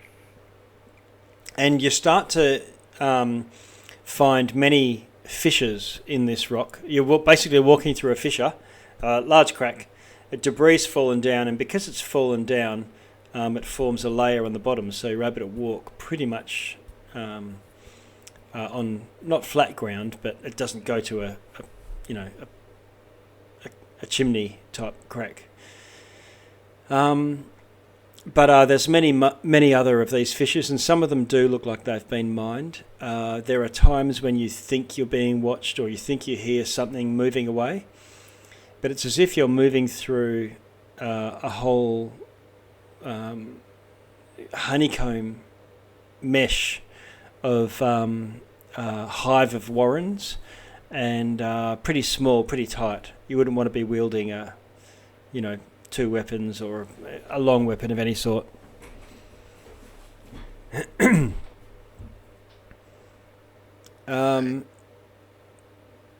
do any of you have any way to sort of try and gauge direction or distance or anything like this underground? Yeah. Gungo can always tell which direction north is. Okay. All right. Gungo, you think that you're pretty certain that that you can avoid getting sort of twisted around and around in circles, but in some sense, if you're trying to go down, you can spiral down as well. So you can generally make sure that the party's not doubling back on themselves, and the only time when you have to do that is when you're going deeper. Okay. He'll try his best to lead them in a direction that leads them deeper underground. Yep. You come to another area that where there's a larger cave, stalagmites and stalactites now. There's clearly quite a bit of moisture in, enough to have living caves. And there's markings on the wall. Language that we recognise. What do you speak again? Gungo? Common in Minotaur. Okay. It's written in Minotaur. Ooh. Oh. Oh my god, I can read this. Okay. Oh, what's it say? Do we need to tie you down, or? Yeah.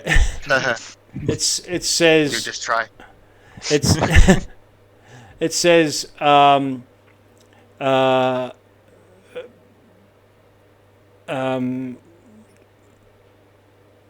Enter this way.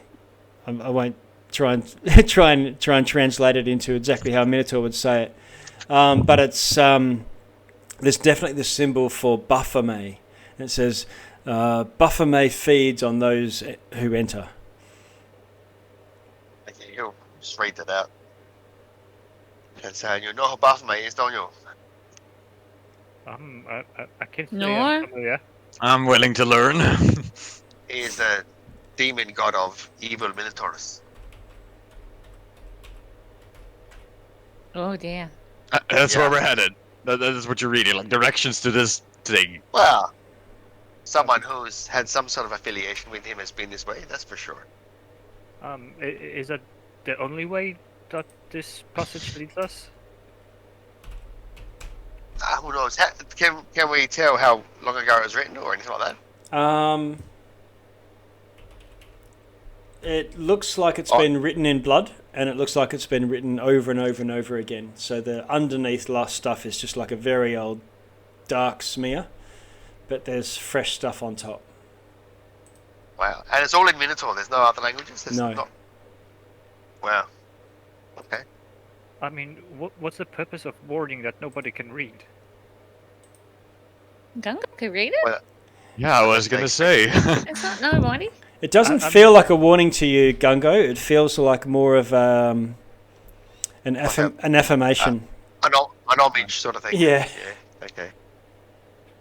And I think these people must worship him. You think you're coming up to what would be a holy place for worshippers of Baphomet. Unholy place. Okay. So I think we're coming to some sort of place where maybe worshippers would be, but I guess we should be careful. Okay. Dylan's gonna try and stealth. I suppose we can try to sneak by. I mean, I can Well, cast at least pass sneak without up on him. trace now. Think it's a good time, Gunga? I think the time is now. Yeah, I'm going for that. Oh yeah. Yeah. Sure. Okay. I cast pass without trace. Nice. Okay. Okay, so Okay, if you're So now stepping stay out- within 30 feet of me, and you guys get a +10 to your stealth checks. Yeah. Huddle up. I'm gonna call I it now. will- Before we stealth, I'm gonna guide myself because I don't think I have much chances without it. We still. there was a 14, and that makes it 24 Okay. for me. 16 and 26. I'm seeing if... Oh, and guidance. Aye. I got a 15. I had to roll with disadvantage. No, Noida. Oh, 4 plus 1, so that's 5. He just trips over his own feet. That's all right. So this is a group. This is a group check. So we've got a 14, 16, 4, 5, 10, 1. It's plus 10 on all of these. And plus 10 on all no. of them. Yeah, and plus I 10 on rolled- all. Well, plus I 10 on rolled- the average then. My roll is 4 plus that's 1 for guidance, and then plus 10 from passive other traits, right? So 15. Should be good. Okay. All right. So I'm going to load up a map for where you're undertaking this, but it's 11:23, so we've gone sort of 3.5 hours. I think we should close here, but Right. I'll close it out with Oh. Oh. a Right, buffer a moment mate of for you. panic as a giant demon Man. walks over the top of it. This is what we're up against. Fighting a demon Right. next time. Oh, nice. Buffer me.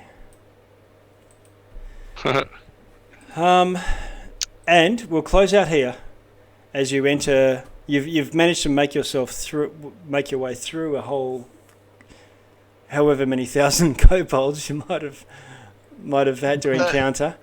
Lots of waving. Yeah. But they just stayed away from you, backing away. I And did one useful thing today.